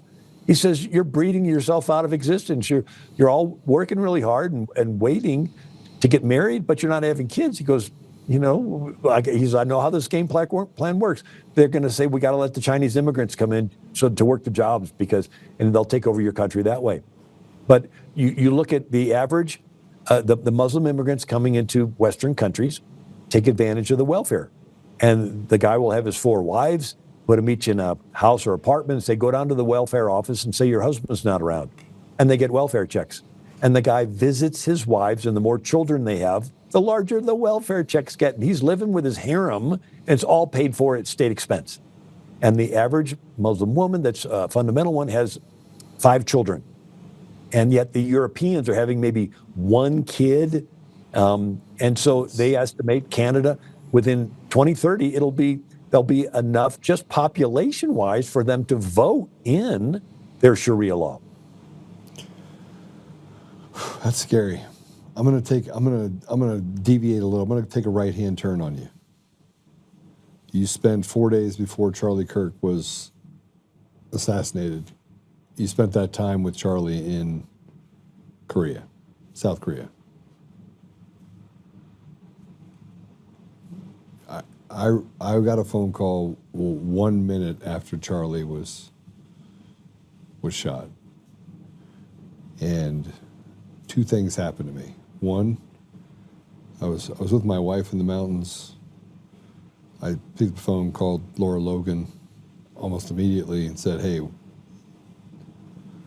And then I just became so angry because I knew right away. How are you feeling? I had it. I mean, is that an appropriate question? Can I ask you? You lost your friend. You were just with him 4 days earlier. I mean, where? Yeah, I mean, I knew him for at least 10 years. We texted like almost every other week or so, and on faith stuff, he'd ask me, tell me about John Adams, tell me about the Treaty of Tripoli, tell me about socialism, tell me about Islam, and I send out an email. It's called AmericanMinute.com, and I post my stuff on there, and he asked me to be a part of TurningPointEd.com. So I produce a weekly video called How We Got Here. You can go to TurningPointEd.com, look at resources, click down, you can put in your email, and you get it. But I got a text from him less than a day before he was shot, and it was 1 Corinthians 16:9. There's a wide door of effective ministry open for me, but there are many adversaries. I didn't eat or sleep for days. I had to go speak in Baltimore, came back. My wife was asleep. I mean, it was a gut blow. And I'm not like a person that has like visions or anything, but my wife was asleep. We live in Florida, and before the sun goes down, sometimes it's a pinkish, orangish sort of hue to the sky, and we have a lanai with a hammock, and I've maybe laid in the hammock maybe twice since we moved in. But I said, you know what, I'm just going to lie there, and I was just thinking about everything, and I zonked out, and I had this sort of like in a dream imagination of Charlie walking onto the lanai saying, "I need your help to keep this thing going. Can you do it?" And it was like an imagination. So I thought, I want to imagine some more, and I couldn't, and I woke up. And I thought, that's sort of the attitude that maybe we all need to take. Instead of sitting back saying, hey, what's going to happen? It's like, no, we need to jump in with both feet and say, what can we do to keep this thing going? Or we got a whole bunch of young people that are motivated to save Western civilization, right? And they're chomping at the bit, and we can, and again, when I first met Charlie, he was 19. And how many 19-year-olds have we met? And for those that are watching that are young, you can change the world. So I have to say, being at the memorial with 75,000 people in a football stadium, 25,000 in overflow, the entire leadership of the most powerful nation in the world, the president, Vice President Vance talking about Jesus, and Hegseth talking about Jesus, and Rubio and Tulsi Gabbard quoting scriptures, and 200 million streaming online. I mean, what other 31-year-old do you know that could die that have the whole world take notice? I mean, this is something that nobody could have planned. But when Erica Kirk forgave her husband's killer, that was something totally unexpected. I mean, everybody knew she was going to give a really touching remark, but it's like, she's not going to go there. She did. She talked about her husband's killer right then, and she says, "I forgive him." And I felt like a healing oil of the Holy Spirit come over that whole stadium and sort of over the whole movement. And later, I realized that it actually broke a narrative that the left was trying to build. So I wrote a book on socialism. I talk about color revolutions in Europe. Yeah. After the World War II, and they would go into a country, identify the groups, and categorize them as victims and oppressors, haves and have-nots, and they needed radicals on both sides to pit them against each other to create civil unrest that would be an excuse for them to seize power and do a regime change. And you could tell this is where it was going because there were some quotes from Hillary right after this saying it's those Christian white men, they're the problem. And she was trying to say, okay, we got this radical left. We didn't want to label a radical right. But it was like trying to spark wet wood. Nobody was buying it because here's Erica Kirk forgiving the husband's killer. And you don't overcome hate with hate. You overcome hate with love. And that was, to me, I still don't understand. I still haven't processed Charlie being killed. But to me, that was a momentous moment that I can see that the Lord working through this situation. And again, I can get caught up in the emotion of just an amazing young man that he was. And we actually spent like 2 hours together with Rob McCoy and Ryan Helfenbein and my son Michael. We were in the little room before you go out on stage, and Mikey McCoy was like saying, "Don't let him go to sleep because he's going to speak in a half an hour or an hour, whenever it was." And he hasn't had any sleep because you lose your time zone or however that works. Yeah. And so and Charlie was like, no, it's okay. And he's like, but then we start talking about religion. We start talking about faith. We start talking about, and he just perks up. And he was like, from that point on, he was in top gear. But anyway, I just an amazing young man that, I have another,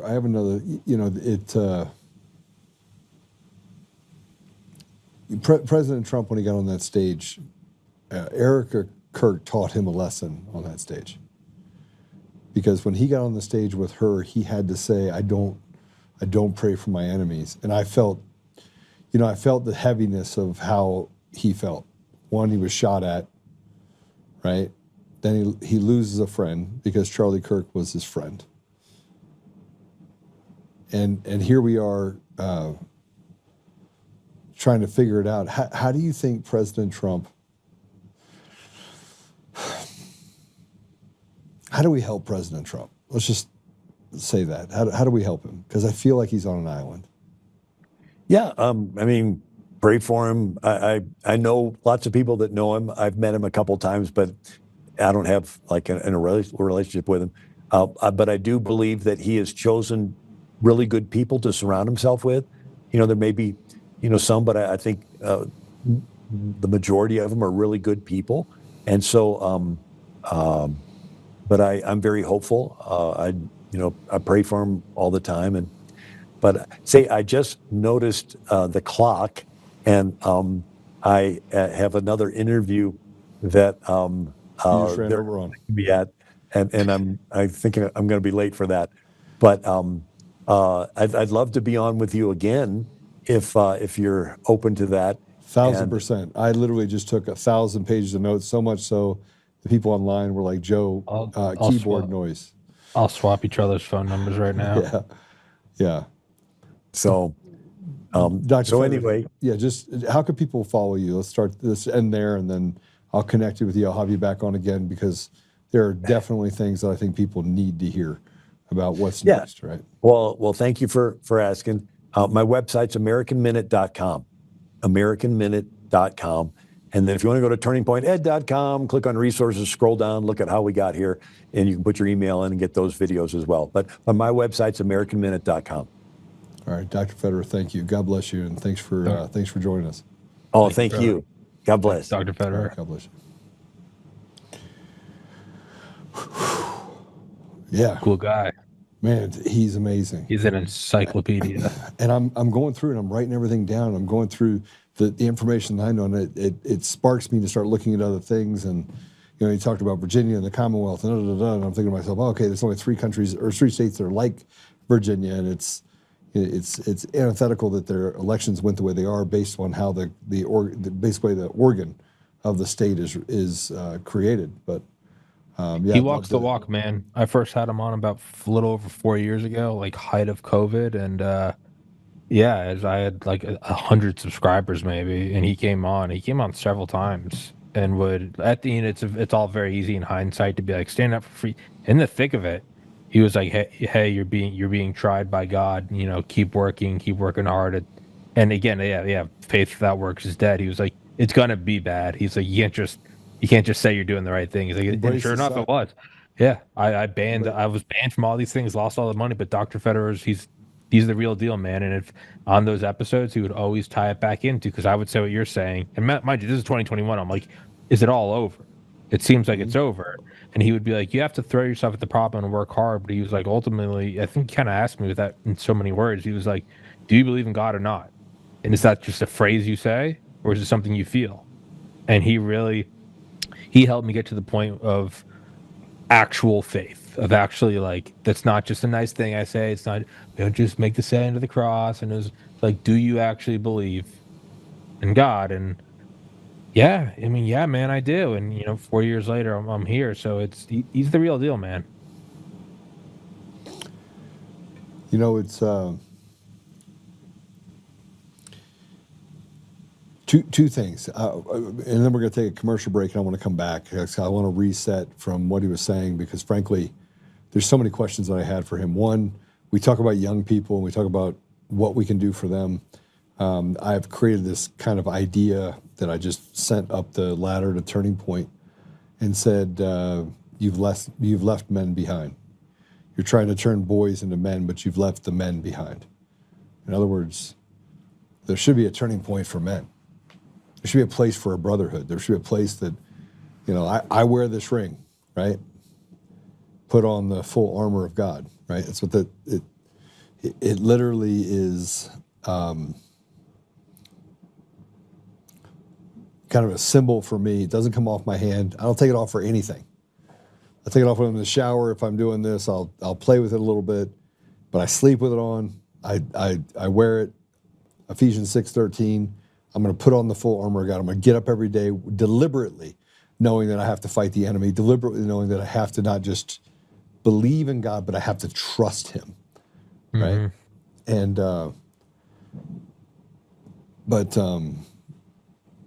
we have this men's group that I've been talking about that we built, 341 people, 50 showed up. We're down to 30, 31, 32 people in the group.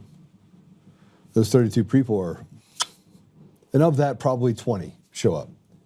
And we say, hey, look, if you're not committed, just let me know. We'll take you out of the deal. But imagine if we could go through this process of giving men the ability to have conversations about things, to just be men across the country.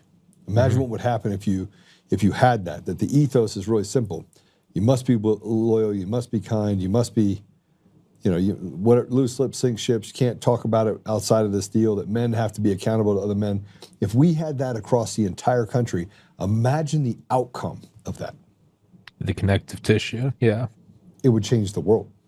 Yeah. It would break the back of these leftists. And it really, there is, and it's because we're at such like a moral pit right now. It's kind of the beauty of being at rock bottom, is very little can make a difference, right? It's if you're in the top 3 Olympic runners in the world, like, man, you got to be like shaving behind your ears to cut off nanoseconds. Versus if you're me, I'm like, yeah, I can probably cut off 10% of a 100-meter sprint in a week, right? So the upside to being so rotted through right now is very little can make a massive difference.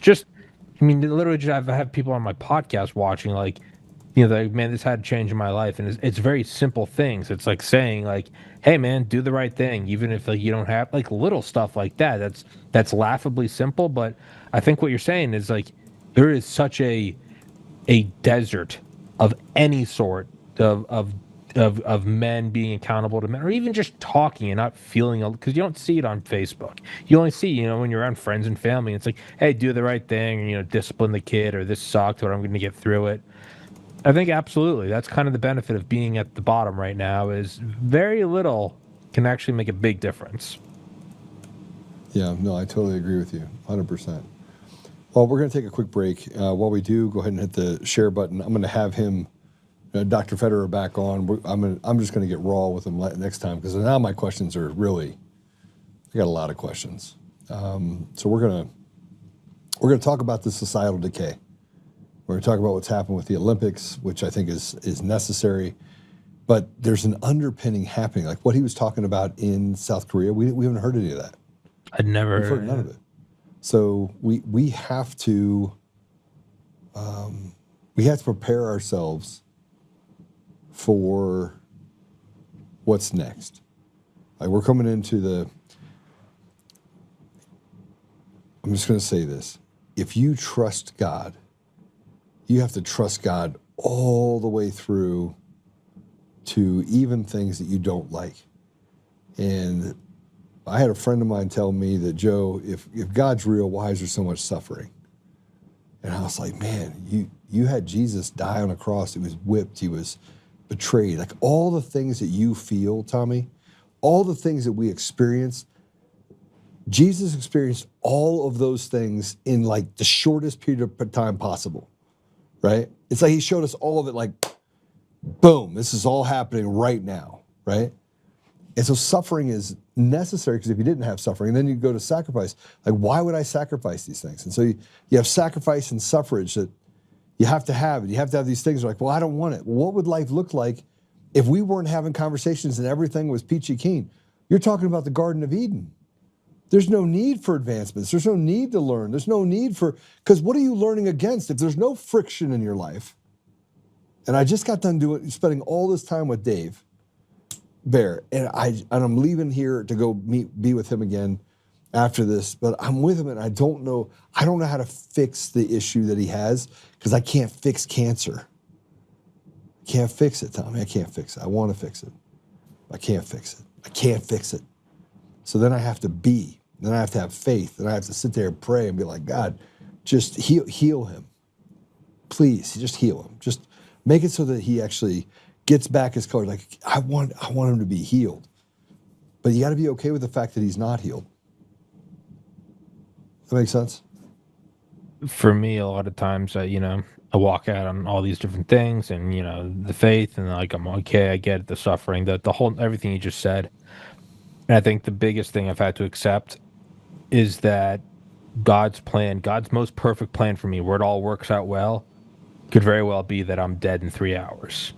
And you go, whoa, wait, no. I get it. The podcast is going to struggle, and all this stuff. What are you talking about? And if you really trust in God, and you know that this finite life on Earth is a blink in eternity, His most perfect plan for you, if everything works out fine and you get a 100 out of 100 score, it could very well be that I'm dead in an hour. Coming to peace with that it working out perfectly could appear horrific.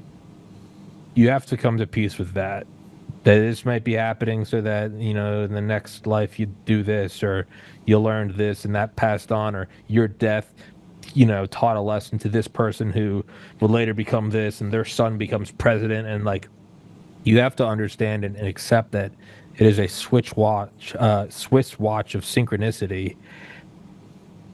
And what happens if you truly have faith in God, then whatever happens is exactly what was supposed to happen, including the worst possible things. So it might be that he doesn't get better, or he does get better. It can be any of them. You have to fully accept the full spectrum of outcome and not go, if this happens, that's good. And if that happens, well, I guess that's a tough lesson, but it's still good. No. All of it, including the worst possible thing, is God's plan. And that's a tough pill to swallow. That's something I struggle with daily. When we come back, we're going to talk about the J6 pipe bomber. Get into the rest of the stuff. I just put something out there. We're going to take a quick commercial break. In 3 minutes, we'll be right back. All right.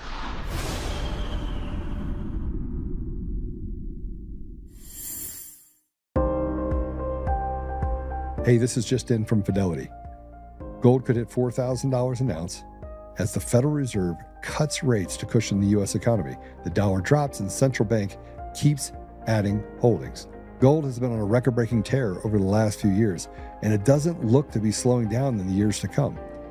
Are your savings protected with precious metals like gold and silver? Are you waiting for gold and silver to shoot even higher in price? I want you to call my gold partner, Gold Co. today, and learn more about what precious metals can do for you. That's 844-960-GOLD, or visit untamedgold.com. You'll get a free 2025 gold and silver kit, and you'll get info on the #1 precious metal offer in the game, where you can get up to 10% back in bonus silver just for getting started. But supplies are limited, so don't put it off. Call my gold partner, Goldco, at 844-960-GOLD, or visit untamedgold.com. That's 844-960-4653, or visit untamedgold.com.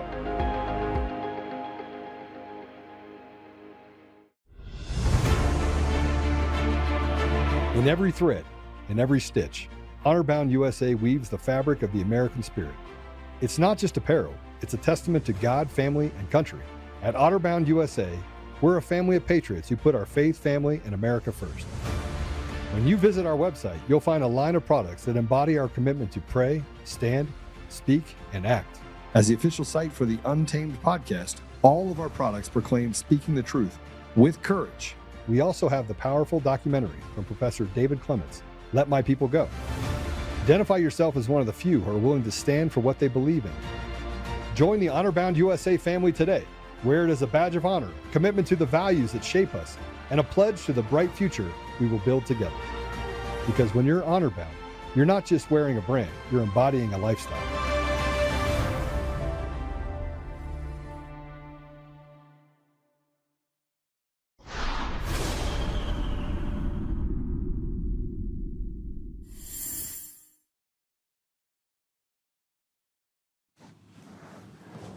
Am I back on? Oh man, I just sat down literally. You didn't give me any time. Where's Tommy at? Okay. All right. I put a post up. I'm back. Are you back? Still Yes, can't sir. see you. Put those in your ears. They're not gross. All right, fix it. Jake is in the house. For those of you guys who don't know, Jake Frejo, he's here. He's not. I don't know if he'll get on. He might. He came by, so I was like, "You want to get on? You want to come? You want to hear me rant?" Tommy, you want to hear me rant? Go for it. Okay. Somebody help Mr. Retard over here put the stuff in his ear. Me? No. All right. Put up the thing I just sent you real quick, if you would. More importantly, just go straight to the Julie Kelly deal. No, the one above it. Get the Julie Kelly deal. Oh, hold on. Stop. You need to now click on the Julie Kelly deal. Click on it. All right. Let me tell you what happens when you have operatives that are working inside like Julie Kelly. Julie Kelly is the Democrat that gave a bunch of money to Biden and all that regime that is an operative, has worked both sides. Not a good person. She's blocked me, don't care. Julie Kelly is a piece of shit. Now, let me read this to you. After recklessly putting this individual's name out in the public last week and endangering her safety, Beck now insists that she must be protected and claims she was low man on the totem pole in any inside operation. Now, what was being said last week when the story was pitched, not what was being said last week when the story was being pitched. Okay, so let me explain to you Julie Kelly. Julie, I stand up for the J6ers, Kelly. See, you have to have people on the inside that do as much damage control as possible. Hey, I'm here to help. Oh yeah, let's help you. While feeding information to ultimately make it so that they lose.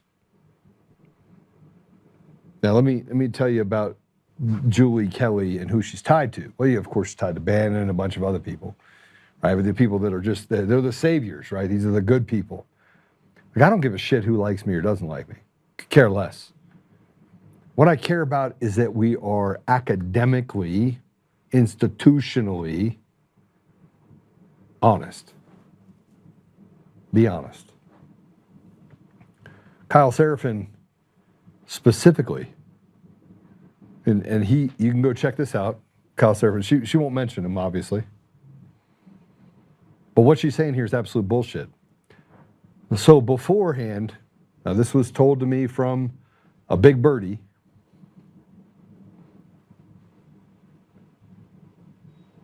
I don't have a way to open it. Is that they tried to get Steve Baker fired. Before the whole case came out, the gate analysis came out, before any of that. Tommy, they tried everything they could to get Steve Baker fired.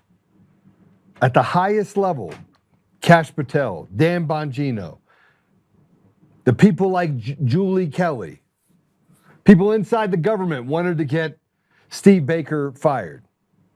Did this gate analysis, had that gate analysis re-examined, look at footage of this Capitol police officer turned promoted to be a CIA person. I got promoted. You got a seat at the table. Just got all you have to do is drop some pipe bombs. They called and said, hey, listen, you're not allowed to run this. They tried to kill the story. That's our government. That's the FBI. Then they come out and say, oh, we still need information on it. They don't want to solve the problem. They want to create chaos, and they want to be able to build a narrative to go after Americans. That's what they want to do. And Julie Kelly, she's just one of the people. She's one of the insider, whatever you want to call it, agents, operatives, who could do anything and everything she can to stop you from seeing what is right in front of you. And then attack Steve Baker, attack Kyle Seraphin, attack the suspendables, who have been right every single time. And if it's not right and they weren't afraid of the truth, they wouldn't be out there trying to say, Kardashian Patel's out there saying, I'm proud of my sensation girlfriend who's a sensation country singer. Doesn't have any hits, but whatever. This is an embarrassment. And you can tell who's a part of it now. You can take this to the bank. Every single person like Julie Kelly that did it is playing for the bad guys. Every single person on this particular deal who stood up and said that that person is a victim is 100% on the bad guy's side. 100%. 100%. Not 50%, not 40%, not 30, not 20, not 10, not 80, not 90, 100% bad guys. Bad guys. Oh, she tried to help the J6ers. No, she didn't. She didn't do anything for the J6ers. President Trump did for the J6ers. She said, well, she advocated for them. Okay. You had people like Bannon that were sitting up on a deal, literally saying this: we shouldn't let all of them get pardoned. They were advocating for certain people not to get pardoned. Jake Lang is one of them. Joe Biggs is another one. And by the way, some of them did not get a full pardon. They got a commutation of their sentence. And some of those people, because they want their pound of flesh, like Joe Biggs, was denied his ability to have VA care, which he desperately needs. They were denied their ability to get their pension. For serving this country, they weren't allowed to have their retirement either, or retirement benefits. That was the benefit of this little group, the Julie Kellys, of let's not let them all off the hook, because they play for the bad guys. But here's what people don't understand. Kyle Seraphin was actually on a special, Tommy, he was on an assignment. His job was to watch the house of someone closely related to who they say, based on other information that they have, his job was to watch that house. Do you have any idea where that house was? Any idea? The house, which by the way, they were mysteriously told. So Kyle, he can tell the story. Matter of fact, he does. But do you have any idea where the house was? So here's Kyle. He's an FBI agent. Was it that house that blew up? No. The house that they were put on, that they had to watch. They had to watch Across the this street house. from Rogerstown. I don't know. No, how about right next door to the pipe bomber?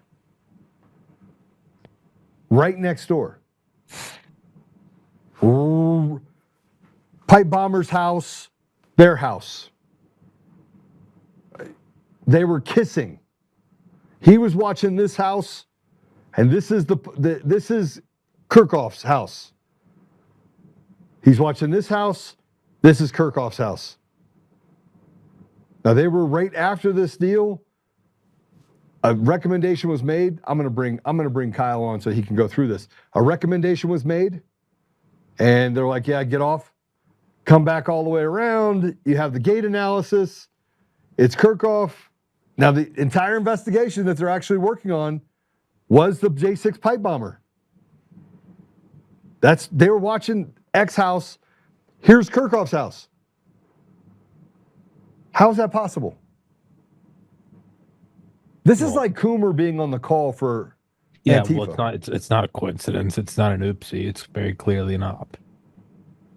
I mean, and what are the chances? No, it's zero. It's an op.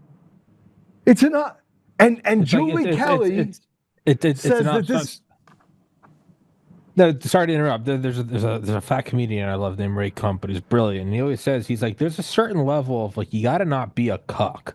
He's like, it doesn't matter if you don't. He's like, sure, you do in a court of law, you need the paper trail. But he's like, when things, and he's like a liberal guy. He's like, when you get a shot off at the president, something's up. Okay? When it's the only show there that CNN airs, when there's a guy in the front row of the camera that does 4,000 frames per second, he's like, at a certain point, at a certain point, you have to stop being an intellectual pussy and go, it's an op. I don't have the exact fingerprints, but it's an op. It's an op. It's an op. And that's so when people are like, what are the chances? It's zero. It's an op. Shut up. It's an op. Is there even a way possible? No. And by the way, there are other people that were on this deal. There's now information, emails. This is a direct violation of FBI rules, code, law. Direct violation. Like what Kash Patel and Dan Bongino are doing right now with their mouthpieces. Yeah.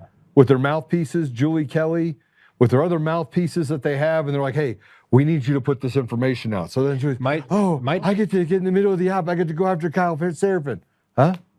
This might actually be it's unethical in him. It might actually be part of the repealing of Smith-Mund. This might be actually part of how you see domestic propaganda. This is crazy. This is crazy that we can identify the operators. And that Kash Patel and Dan Bongino are supposed to be on our side. I look at this as a plus. You'll know them by their fruits. I'd rather see them. You will know them by their fruits. I'd rather see the traitors. I'd rather see them, and it's a tough pill to swallow. You know, when a friend screws you or you get cheated on by a high school girlfriend or something, that stuff all sucks. In the long run, you're very grateful for it because you see it for what it is. You become aware that, will never happen to me. It does happen to you, and you see it and you understand it and you appreciate that it can happen again. And it calluses you and it hardens you in a good way. So I look at this, I go, good. It'd be a lot harder if we thought they were on our side. I'm very happy. And again, you'll never see it trending or something, but I don't think you and I are necessarily intellectually above most people. So I think the average dude is looking at this going, hey, fuck that guy. I am above most people. Well, of course, you have an IQ of 170 trillion. But like, if the average dude, Tommy, quit with the fake hubris. We're both really smart. I have an IQ of 19,000. No, but my point is this: is you and I are seeing things that the average dude who doesn't have a podcast, he's also seeing. So my point is everyone if you and I can see this, the average guy is seeing this, and I look at that as a plus. Everything that's happened in the last 5 years has been a plus. It's very bad when it does happen, but again, you will know them by their fruits. The average Overton window, the average understanding of the machinations of the deep state now versus 5 years ago, 8 years ago, it's out of this world. So I look at this when we go, good. Kash Patel, I'm going to turn the FBI into a museum. That's the dude selling you out. Good. So the next time some dude gets appointed and he's the best there's ever been, people are going to look at this and go, yeah, so is Kash Patel, so is Dan Bongino.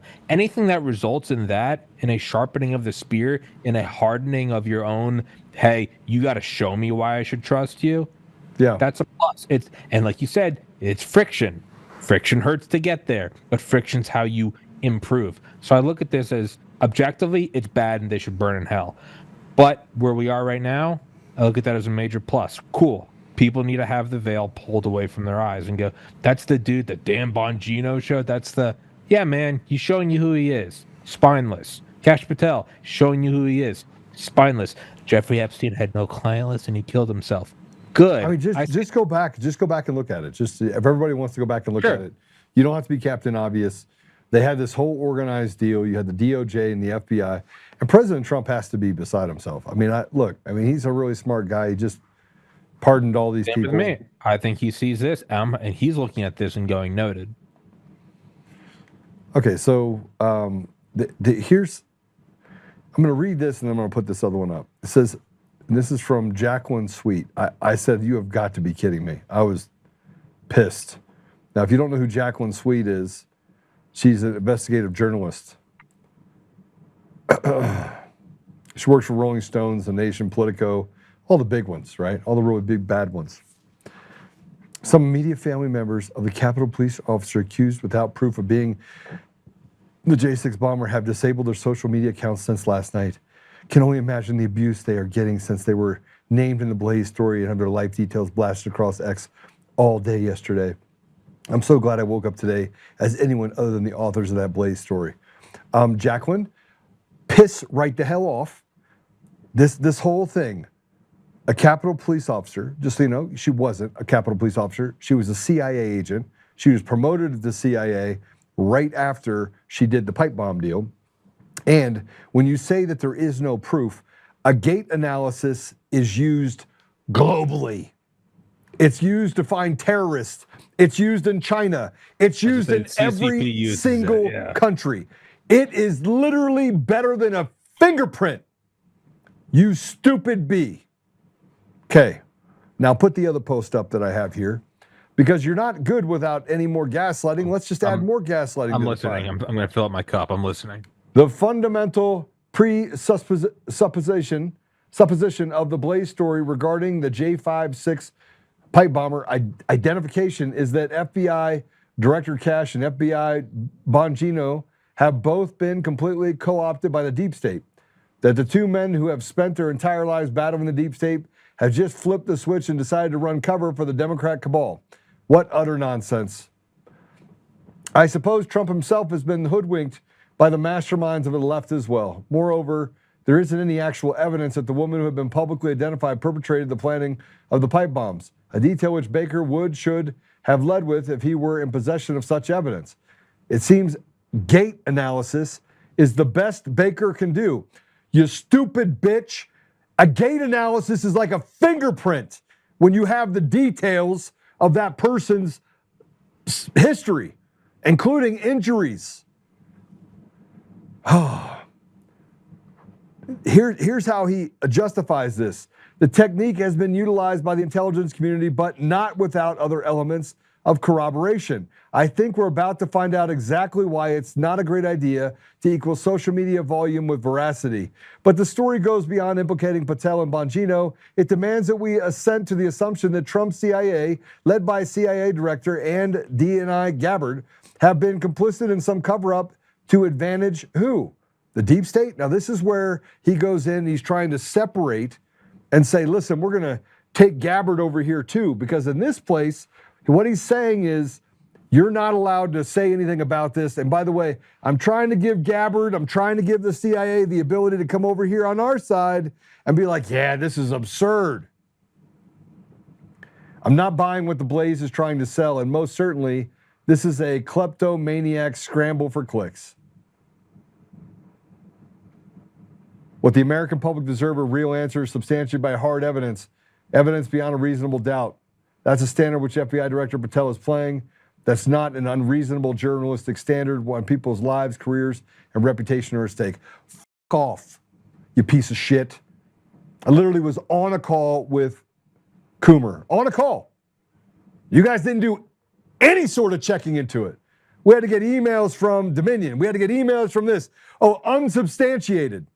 You got a skinhead drug addict that supposedly got a cold call in 2005 to become the chief architect while he's making websites for small businesses. And that checks. That's what you want to do. A guy that's facing 10 years in prison, that's the guy you put there. Every single time it's the same thing. Same thing. We're going to crap on Steve Baker. We're going to crap on Kyle Seraphin. We're going to crap on the suspendables. We're going to crap on the gate analysis and tell public that it has nothing to do with that. I'm pissed. I'm pissed. You want to come on? Sure. I'm sorry, Tommy. I can't. No, I can't. no, dude. I again. The absurdity of it. And Kyle is my friend. And you're like, oh, he went after James O'Keefe. I don't get involved in their beef. That's their beef. Yeah, I can tell you that I know who Kyle is. I know Kyle has no interest in anything other than the truth, to his own detriment. And not just his detriment for the FBI, but his detriment today. Look, if you can't take Kyle Seraphin, like he's called me up and say, take that crap down. And I'm like, God, I'm not gonna take it down. It's right. And he's like, Joe, it's not. Let me tell you why. X, Y, and Z, let me send you something. He's like, you could be a retard and leave it up, or you could take it down. But I would recommend that you take it down. And he sends it to me. I do like 1 minute of research, and I'm like, oh, I'm an idiot. Click, I take it down. You wanna know why? Because I was being an idiot. And you're like, oh, Kyle hurt my feelings. Kyle's gonna hurt your feelings. Like if you think this is about clicks, if you think this is about some sort of kleptomaniac click for clickbait, that's not what Kyle's about. That's never been what he's about. That's never been what Steve is about. That's never been what Steve Baker's about. It's never. They went after his job, and he knew that he was going to be made out to be the devil's fool. He knew, but he had to get it out there because he knew what the truth was. A gate analysis is not some sort of flamboyant thing that you just put together by accident. And then the other stuff about Kyle and the house by house, come on now. And you don't even mention it. Go ahead. Take it as a blessing, man. Take it as it sucked when it was happening, and now we look at Crossfire Hurricane. 53 intelligence officials say the Hunter Biden laptop is disinformation. The vaccine is safe and if it comes from Wuhan, you're a racist. These are all things that they burned those cards. They got a little bit of a win, and in time, they can no longer use those cards because we all look at that and we go, that's horseshit. That's horseshit. Every time this happens, there's a growing pain when it happens. There's a period of tribulation, be it a day or a year, and then we grow from it because people look at it now and it doesn't matter anymore now if you go, well, that guy's the director of this. People don't care. They saw COVID. They saw Crossfire Hurricane. They've seen all of this stuff. They've seen all the lies, right? They've seen all the lies. My point is, it's a very slow process of a country. We're aging and learning. You're older, you go, yeah, maybe that was stupid. Maybe I shouldn't do that. Yeah, I was 16 at the time. That's what we're going through right now. We're going through at an accelerated rate. It's painful. It's full of friction. It is ultimately beneficial because you use these cards and then everyone knows them. And they still have more and they'll continue to use them. I think it's ultimately a blessing. It is a way to open people's eyes in a manner that cannot be denied. They've all seen it. They even just little shit like, yeah, okay, I guess Rogan wasn't a whack job for taking ivermectin. Yeah, sometimes it takes 5 years. These are all things that are steamrolling towards the truth. I take this back to Dr. Federer. I take this as something, the intricacies sometimes can only be carried out by God. And you go, yeah, this is beyond any human planning, that we're seeing these things time and time, week after week, year after year, from Trump dumping the food in with the koi fish with Shinzo Abe to whatever. Slow. You see who Mike Pence is. You see all this stuff. It's a theory that J6 is full of FBI officers. 1 year, 2, 3, 4 years later, 274. Look where we are right now. This is insane that we're actually openly talking about a gate analysis and the CIA. This is a win. It's slow and steady and it hurts, but this is a win, man. Yeah, but the point is that you now know that Julie Kelly's dirty. I mean, who would have thought Bongino was dirty? I even used to tell Kyle, like, listen, give Bongino some credit. Me neither. Right? Give we him know. Some credit. Good. And you got Kardashian Patel, literally, that flies around the country, that sues Kyle in what can only be described as lawfare, using the same system as the left. And then we're supposed to just believe that he's actually on our side. No, and by the way, perfect. It's wonderful. And Dan Bongino was going to quit. He's like, yeah, I'm done. Yeah. Good. We're getting our money's worth. We're getting way more than our money's worth. You're looking at this and you're going, man, wow. I was convinced that I was just 9 months ago. Like, yeah, no, this is our guy. I never liked Cash. My point though. These are all wins, man. Like, take them.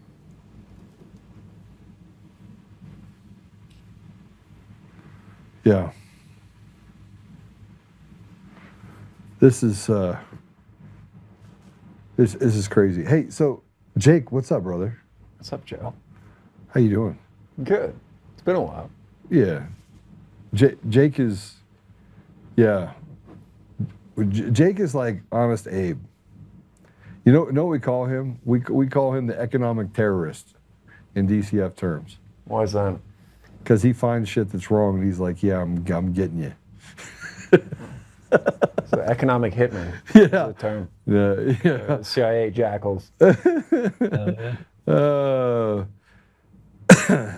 So Jake has another story when who came after? We shouldn't talk about that right now, right? Waxy Maxey and the Young Republican. Yeah, that's a whole story. That's probably its own episode. Yeah, we're gonna have to do that because Con Inc. special. Yeah, I mean, we just got to do one on the Con Inc. We just got to do one on him.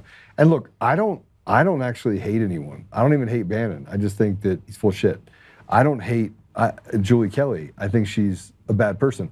I don't actually hate people on the left either because I know that they're in it for money, power, and prestige. I just don't like them. Like I just don't like evil. I don't like evil people. I just don't like evil. Period.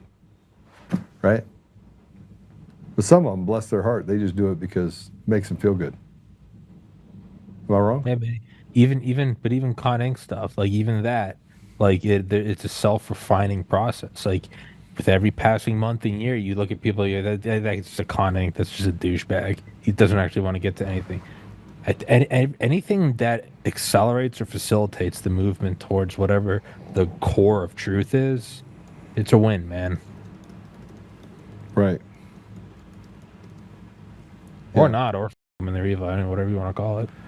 I get angry. I mean, the whole thing is that there's so much evidence that we heard about it before it happened, that the dangers of it is that there was I was told, not by any one person in particular, and this is not Kyle that said it, but I was told by someone yesterday they're not going to prosecute.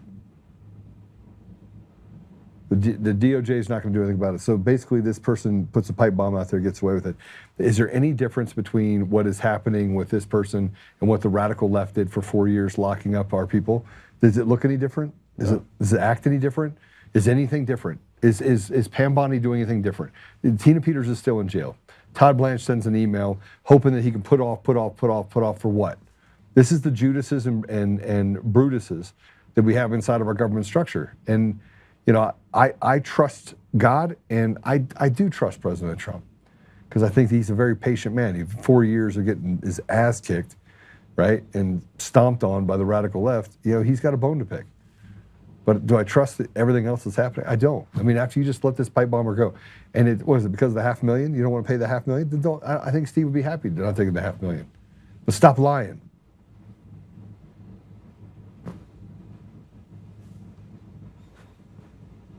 Am I wrong? No. We need to do a full episode, though. I can't. On Gavin Wax and the Young Republicans? On the whole thing, I've always said that, and that's why I've kind of stayed out of the spotlight. I saw it from like the infantile stage of when a movement gets traction and moves forward and then becomes corrupted, and the infighting and the siphoning of the dollars of desperate people takes place. And you know, I think you know my story better than most. It was more layered than most people could imagine, having been on the receiving side of prosecution and then making my way into organizations that were, you know, portraying themselves to a degree of enacting change. And then, you know, the term you use is spinning tires. Right. So spinning tires, that change doesn't come along, it morphs into something else or it self-destroys. And I've seen it enough and been personally involved in it long enough that, you know, at a certain point you just completely get sick and tired of it and stick to guns. Yeah, you're good at guns, for sure. I've never seen a person that could actually sell more guns than Jake can. With his kind of like voodoo stuff he does. You will buy this gun. He's like Crocodile Dundee on the side of the road, and the cow just falls over and hands him his wallet. No, it's connecting to people. I think that's, I mean, in the realm of politics, it's the same idea. You know, I'm not a sales guy.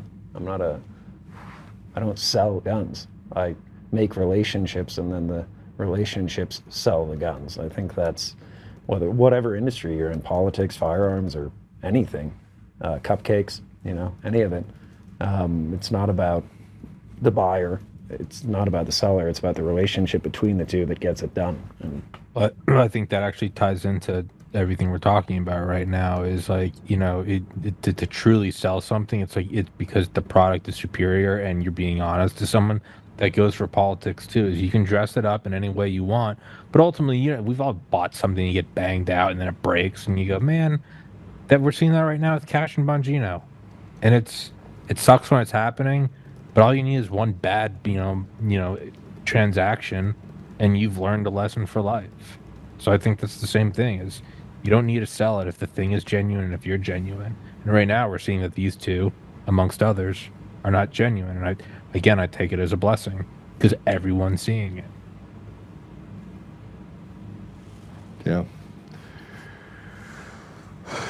Well, you get to stay and hear some of this other stuff that we have that I think is going to be interesting. I'm fine with that. We used to do these podcasts every once in a while, I think. It's fun.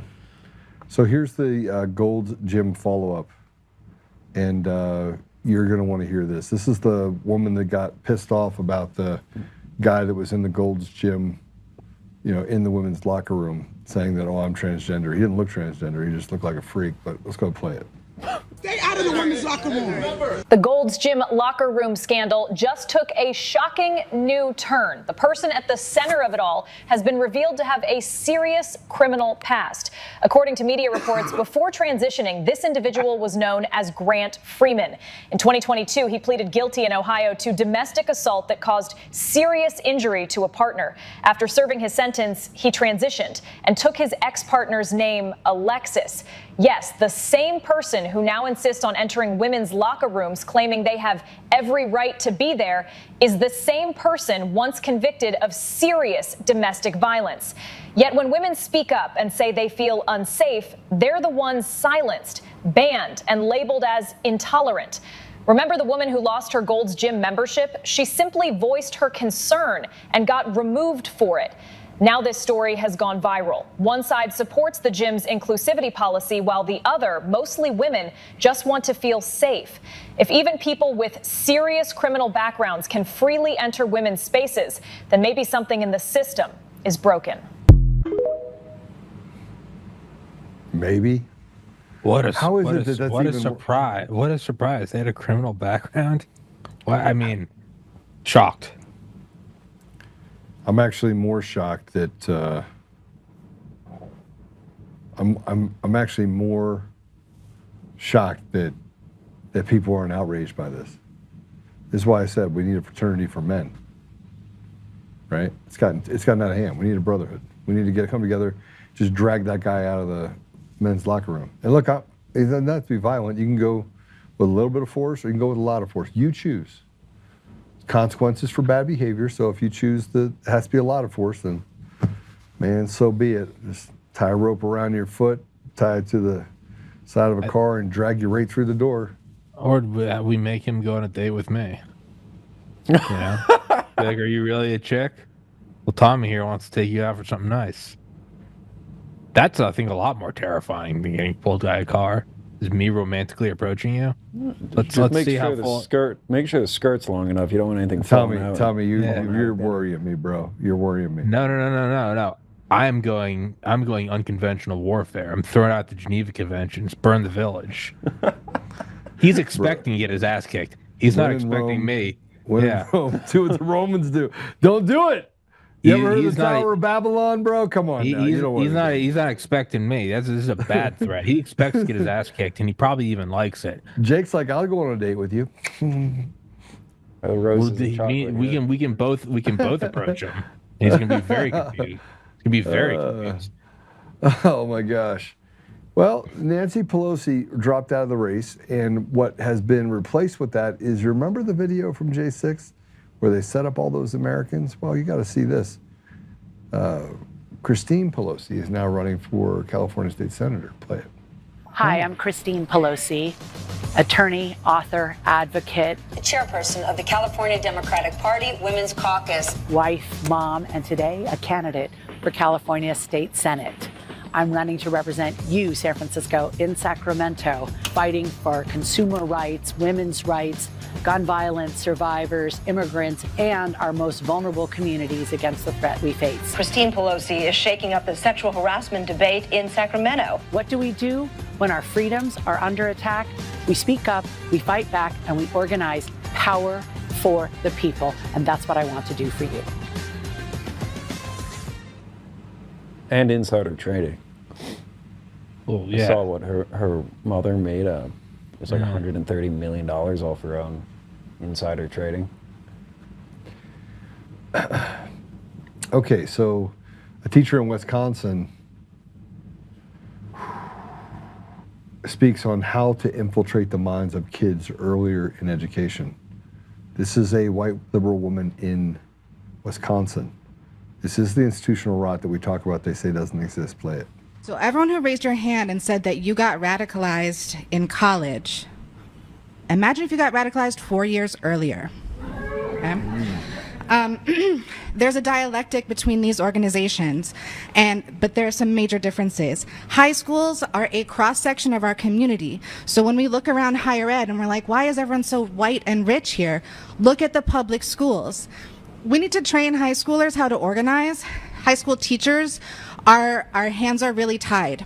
Work with the high schools, connect with the teachers unions, connect with your kids' teachers. Give them, I'm gonna be honest, give us money. Like on Teacher Appreciation Day, send a gift card to your high school teachers. Elementary school teachers get it, high school don't. Or like, whatever, just offer material support whenever you can. Show up at their protests, like send an email and say that you support them, because school boards listen to families.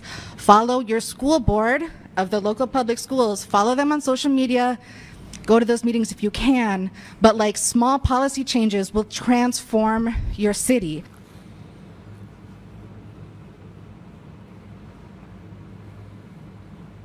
She talks about how to indoctrinate sooner. She said, imagine if you were indoctrinated sooner. Well, yeah, that's what you do when the thing you're trying to sell is not an adequate product. It doesn't stand up on itself. So instead, you have to go in and get people before their frontal lobe is formed. It shouldn't be a surprise. They're demons from hell. All right, so let's look at this. This is an aide gave an interview in Somalia about how they changed immigration rules to help Somalia in 2024. waxaan ku faraxsanahay in sanadkii madaxweynaha hadda soo noqday Trump uu ka tegey dadka qaxootiga. Go back, I'm going to read it. Just pull their stuff down so I can read what it's saying, please. Go again.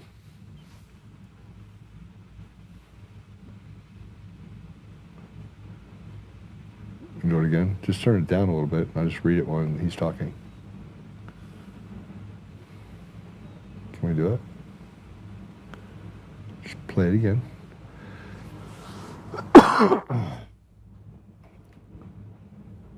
Are you not going to play it again? waxaan ku faraxsanahay in sanadkii madaxweynaha hadda soo noqday Trump uu ka tegey dadka qaxootiga Mareykanka oo dhan loo ogolaaday inay soo galaan 12,000 bas ay ahayd. waxaan u bedelnay shuruucda soo galootiga oo muddo 40 sano markii koowaad isbedel lagu sameeyey casriyeysan oo hadda sanadkan hadda dhamaaday ee 2024 uu yaraan dadka badan 100,000 oo qof ay soo galeen. waxay ahayd wax la taaban karo guul ay ahayd.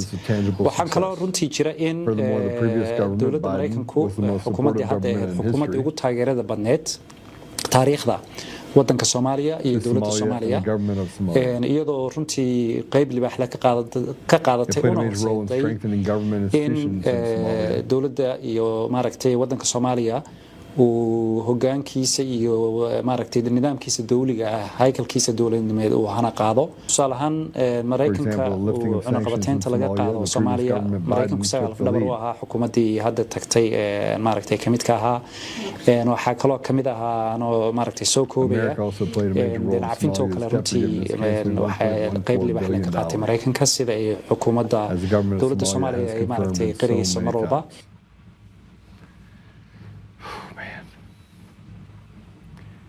And they changed the immigration rules.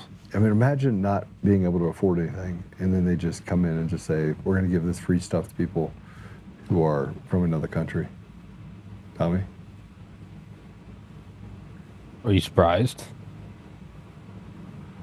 So here's a video of Rep. Ilhan Omar made about the good work this restaurant was doing in Somalia. The restaurant that Ilhan Omar filmed the video in was the one that was accused of massive COVID fraud, where hundreds of millions were siphoned into shell companies, ostensibly to quote-unquote feed the children. Let's go ahead and play it.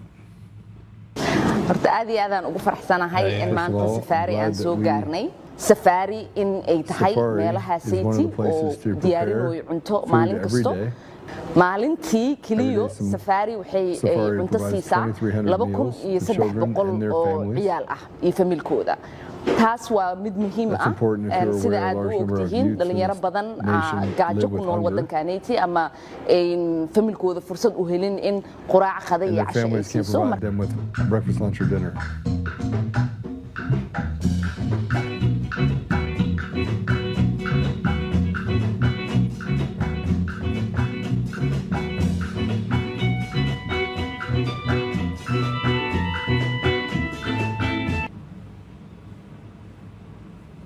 It was Minneapolis, right? Yeah. Yeah, I don't. They get no sympathy from me because one, what they're doing is they're not integrating and they're trying to just simply bring their country here for no other reason than to support their home country. And furthermore, if you really want to get historical with it, in 1993 we did try to feed them when they weren't even here. When ID'd was seizing all those rice things from the UN whatever security force, and we had to go in during Operation Gothic Serpent, and that's when we lost a bunch of Rangers and Delta Force, and Mike Durant, Gary Gordon and Randy Shukart, who were both shot and killed, and their bodies were dismembered. I've interviewed Mike Durant. We've gone so far out of our way to help people all around this world before they're even in this country. I don't give a shit anymore. These people. Well, I mean, you do care about people. I mean, the whole idea. I do, but suicidal empathy is suicidal. Sorry. So we don't have suicidal empathy. I mean, humanity is humanity. You set rules, right? So you want to make sure you set rules and consequences of those rules. And when bad people violate that, when evil people violate it, you go after those people. But you can't give up your humanity. I mean, I refuse. You're right. I know you're right. I refuse to put myself in a position where I have to give up my ability to live my life by my faith because of what somebody else does.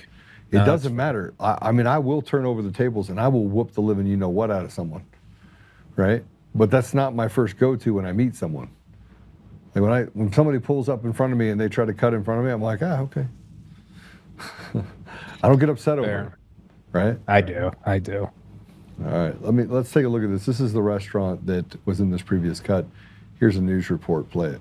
In December of 2021, the FBI installed a surveillance camera overlooking this building just off Lake Street in Minneapolis. At the time, it was Safari Restaurant, which overall took in $12 million in federal child meal payments through Feeding Our Future. Safari's former co-owner, Salim Saeed, is on trial alongside Amy Bach, the Feeding Our Future executive director.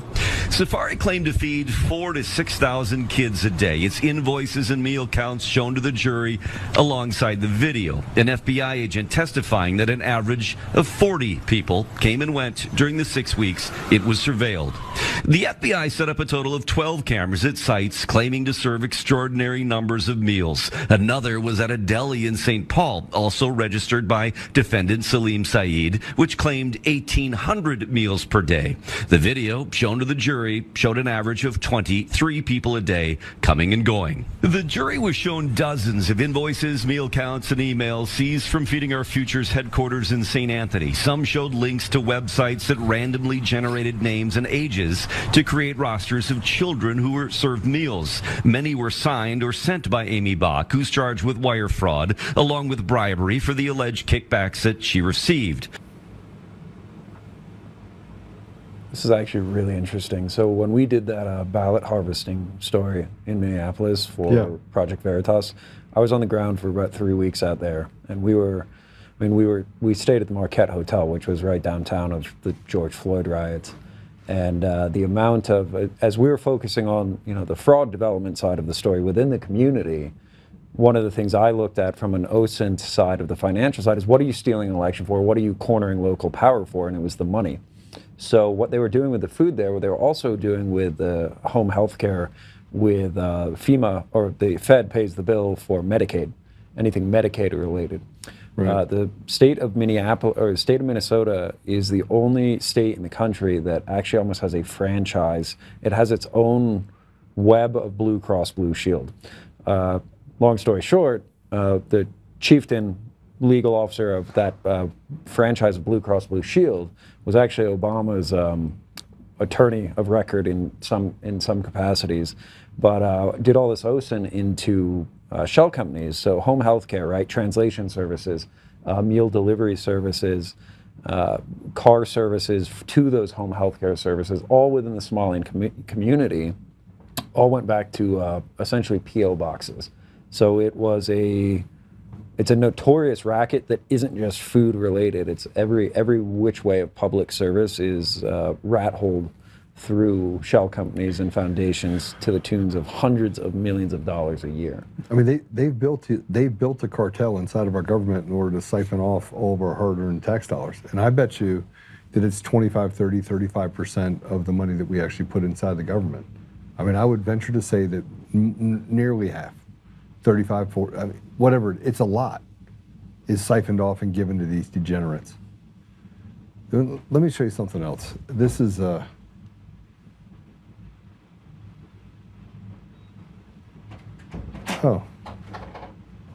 Milo. What's up, Milo? How you doing, buddy? It's like, Milo. Okay. Jake's dog's here. He's pretty awesome. I want to play this if I can. In Portland yesterday, we're going to end on a good note, just so you know. There's a lot of bad stuff going, but there's a lot of good stuff happening. There's a lot of good stuff. President Trump pardoning a bunch of people related to the election fraud is a good step. And I see him stair-stepping to get things done. I don't think we're running out of time, but I think President Trump's smart enough to know we're running out of time. People on his deal, and not so much. I want to see Tina Peters get out this week. I heard that that's on the thing to happen. But I want you to see this. This is the degenerates. They call themselves Degenerates Against Fascism. Play it.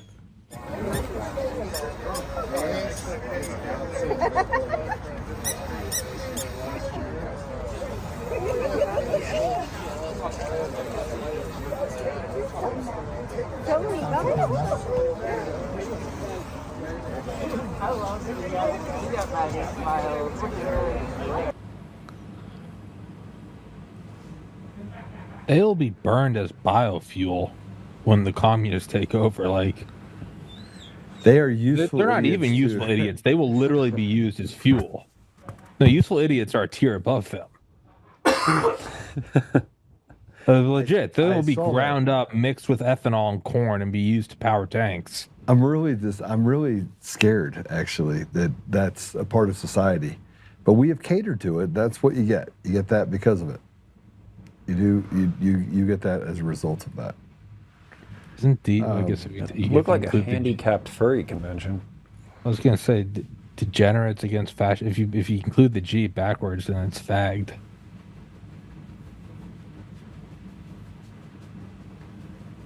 I thought it was clever.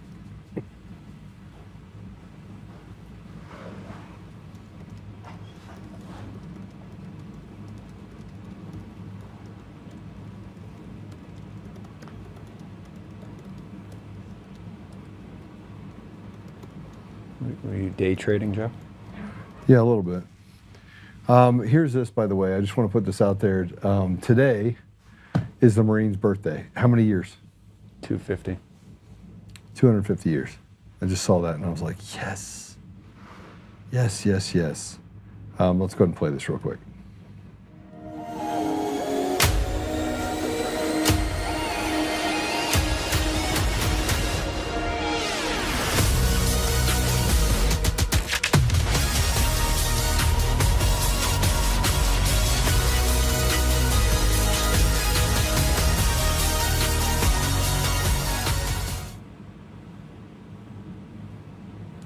$250 years.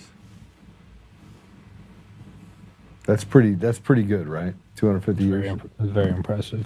Super impressive.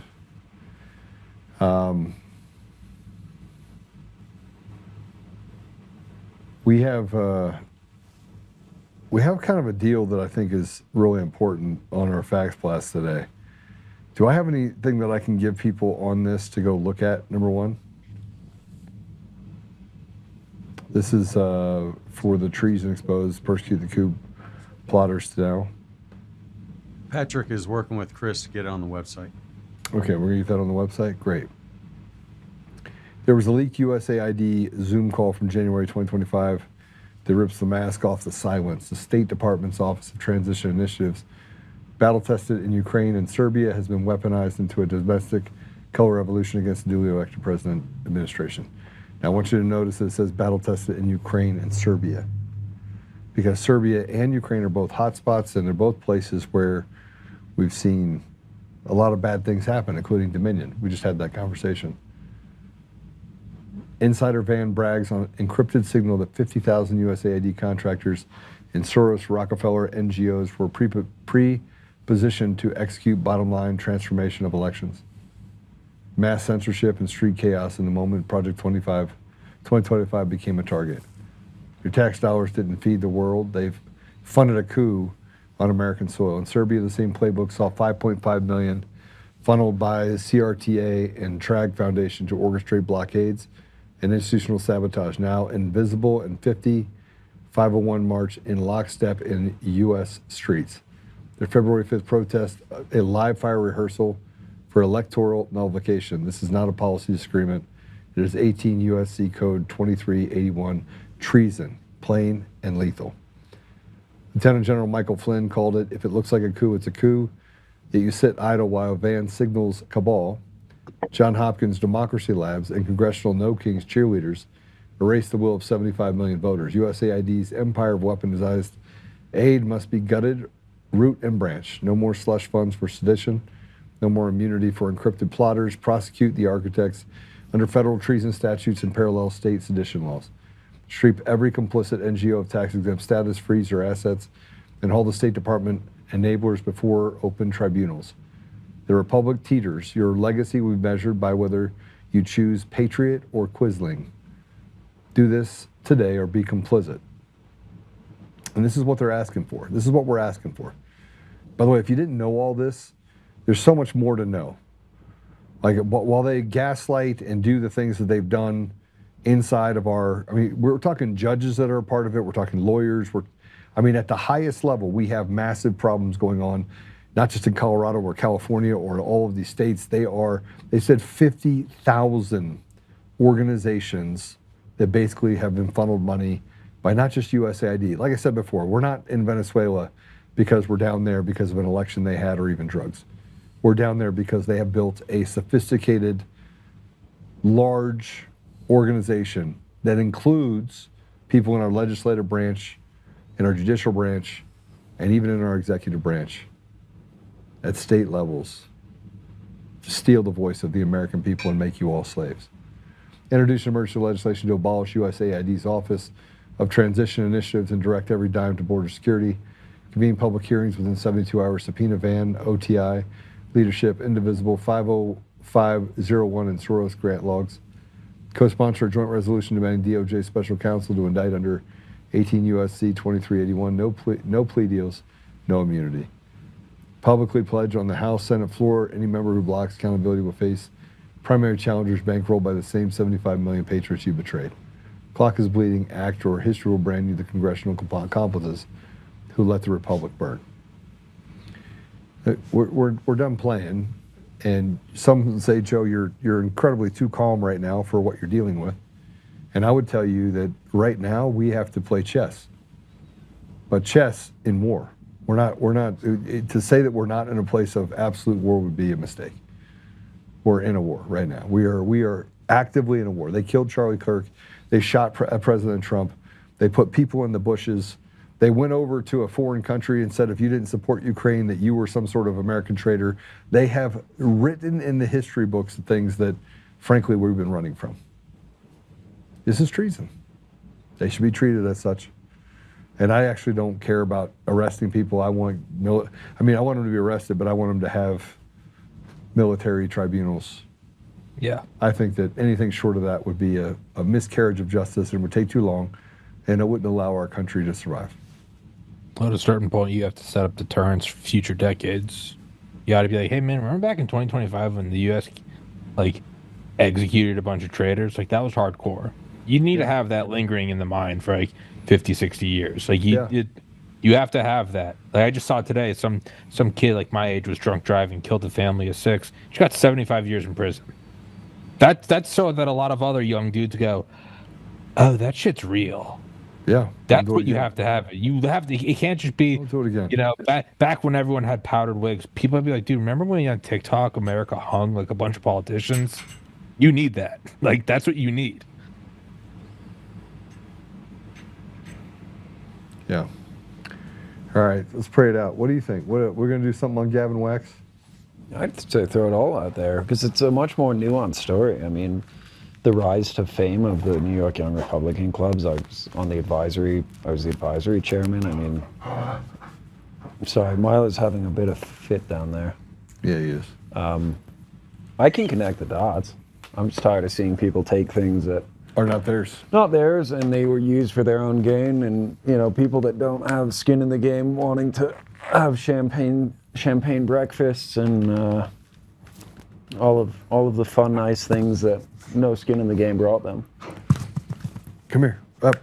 Come here, Milo. Come here. Get on TV. Come here, Milo. Now you got to get over here. Come here.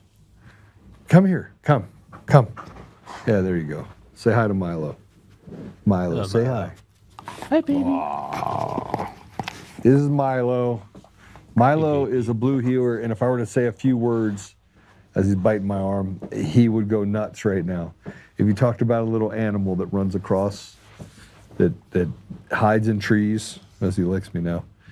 So let's pray it out. Milo, can we pray it out? Pray for President Trump? Can we do that? Pray for Dave? All right, listen, guys, we did a lot to go over. Dr. Federer was amazing. Tommy, thanks for joining me. Appreciate you very much. Absolutely, thank you for having me. And Jake, what do you want to? You want to plug something? You want to plug DCF? A DCF, yeah. I mean, I was going to pull my gun out right now and say that I have one of those, luxury Glock Gen 5s they stopped making. What? Let me see.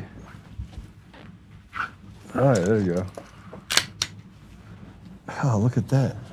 They quit making this? They quit making Gen 5s and anything and any Glock. I mean, we can't even get from distribution now. We do have a bunch of the Trump Glock Gen 5s left, which is ironic because it's the most desirable one. It's the G45, which is that. And so because these kids are putting switches and everything, the new model moving forward will not be switch friendly. So you will not make it able to go burnt anymore. Why? So I went from carrying a Glock to now it's like carrying a Rolex because everyone wants one and they can't get one. I got a bunch of them. I got a Gen 5 10 millimeter. I have one at the store, and then I feed it really good food. This is the Woodsman Plus P, so if you're trying to put down a grizzly bear or a like-sized person. Hey, just so you know, this these right here, this isn't the Woodsman. The one under it is. Oh, yes, That's how I know that I'm full. I know I have the one marking it. Oh, man. That's solid copper. So there is no lead core. It's solid copper. That would hurt you This one's pretty good too, though. This goes through a windshield. This is called the G9. What's this called? I know they're called ripper rounds. It's an exterior hollow point. So this is an exterior hollow point that goes through a window, like a windshield, at the same trajectory that it enters. So if you were to shoot at a... No. What's that? Shoot out of a windshield. What'd you say? Hit me. What'd you say, Tommy? I said it's a no diffraction. At all. Yeah, it's a great round. We're sitting talking about guns. I can sit and talk about guns all day, every day. I think that's why you stuck me in DCF. Yeah, it's because you're a gun guy. Yeah, same ones. Peeking. You got a bodyguard? What? 380 easy shield for your soft hands, pull the slide. 380. Yeah. How about a SAS, bro? No, I thought the easy shield plus was for women and people with weak hands. It's a 9mm. My mistake. Get out of here. See, this is the shit I got to put up with, Tommy. Elitism. Elitism. It is completely. All right. Hey, I just want to... You got the comments for everyone so I can say goodbye to everyone? Any questions? Put it up there. There we go. Lizard people don't count. Oh, whoa, whoa, whoa. Milo is beautiful. Yes, Susan, he is beautiful. Gator, I don't know what's happened with Gator. Where's he at? Gator's back. Gator Bait's back. Man, it's good to see you. We were 73 yesterday. That's pretty good. God bless you, Chris. I see you too. Jeff, I see you. Dr. D-Mark. I'm still working on my patent for the ball hitch of pickup trucks to handle all those bad people. Oh, Dr. D. Come on now. I think that should be, I don't know what to say about that. Ask Jake if he has watched a movie lately, Gangsta. Have you watched a movie lately? Me? Yeah. Have I watched a movie? Yeah, he has a problem with gay porn. That's his problem. Yeah. Yep. But, yep.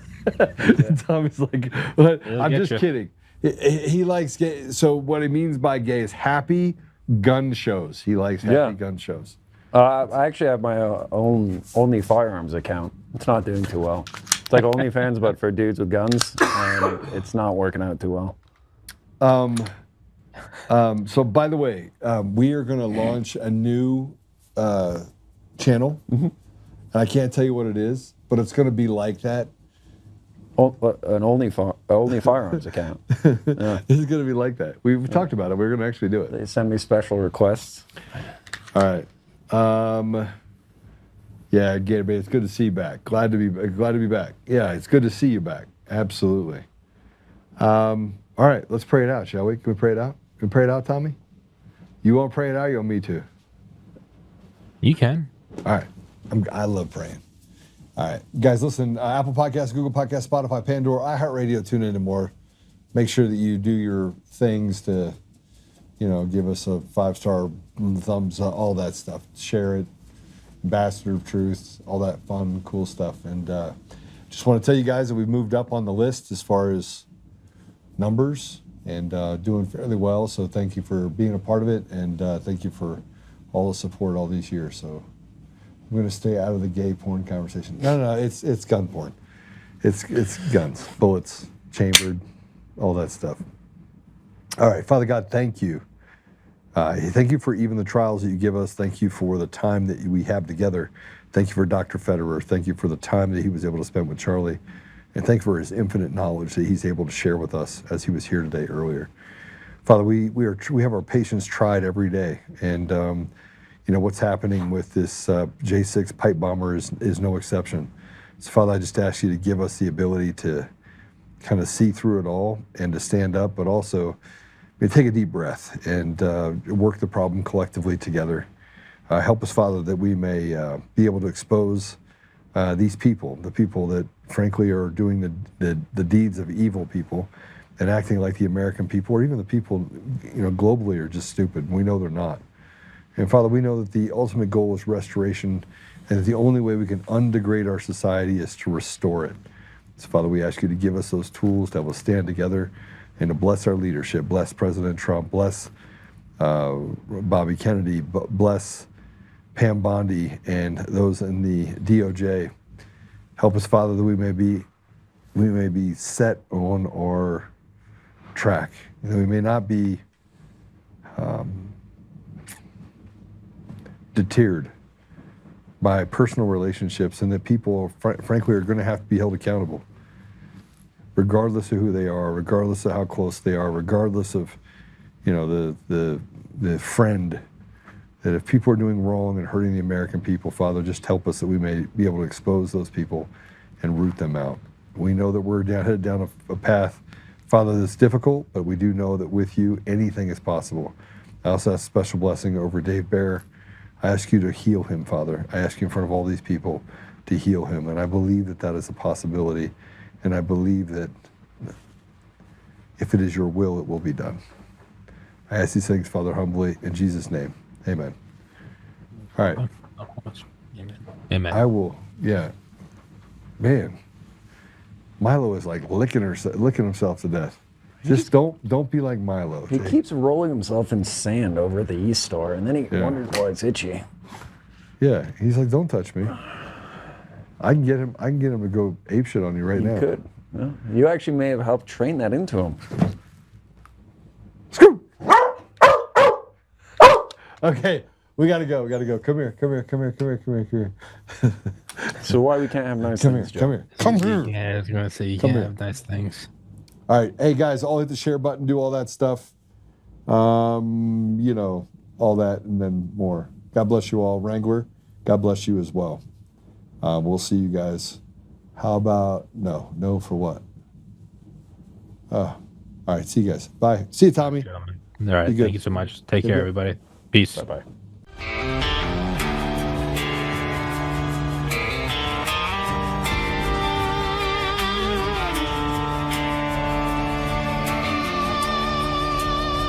Rise up untamed in the heart of the fight where the wild ones roam. Joe Oltmann's calling, bringing truth back home. From conservative daily to this untamed fire, we shatter the silence, lifting spirits higher. No chains can hold us, no lies can prevail. Authentic and fearless on this rugged trail.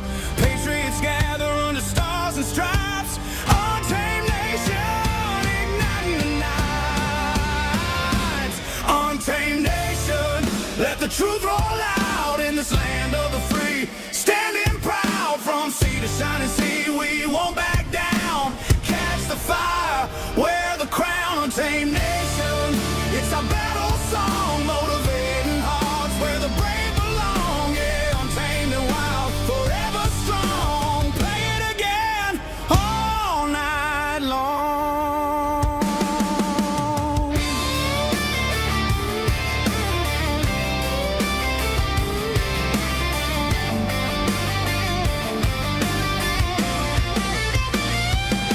Break the mold, chase the real. No more games, time to heal. Joe's voice leads the untamed crew. Truth matters through and through. Untamed nation, let the truth roll out in this land of the free. Standing proud from sea to shining sea, we won't back down. Catch the fire, wear the crown. Untamed nation, it's our battle song, motivating hearts where the brave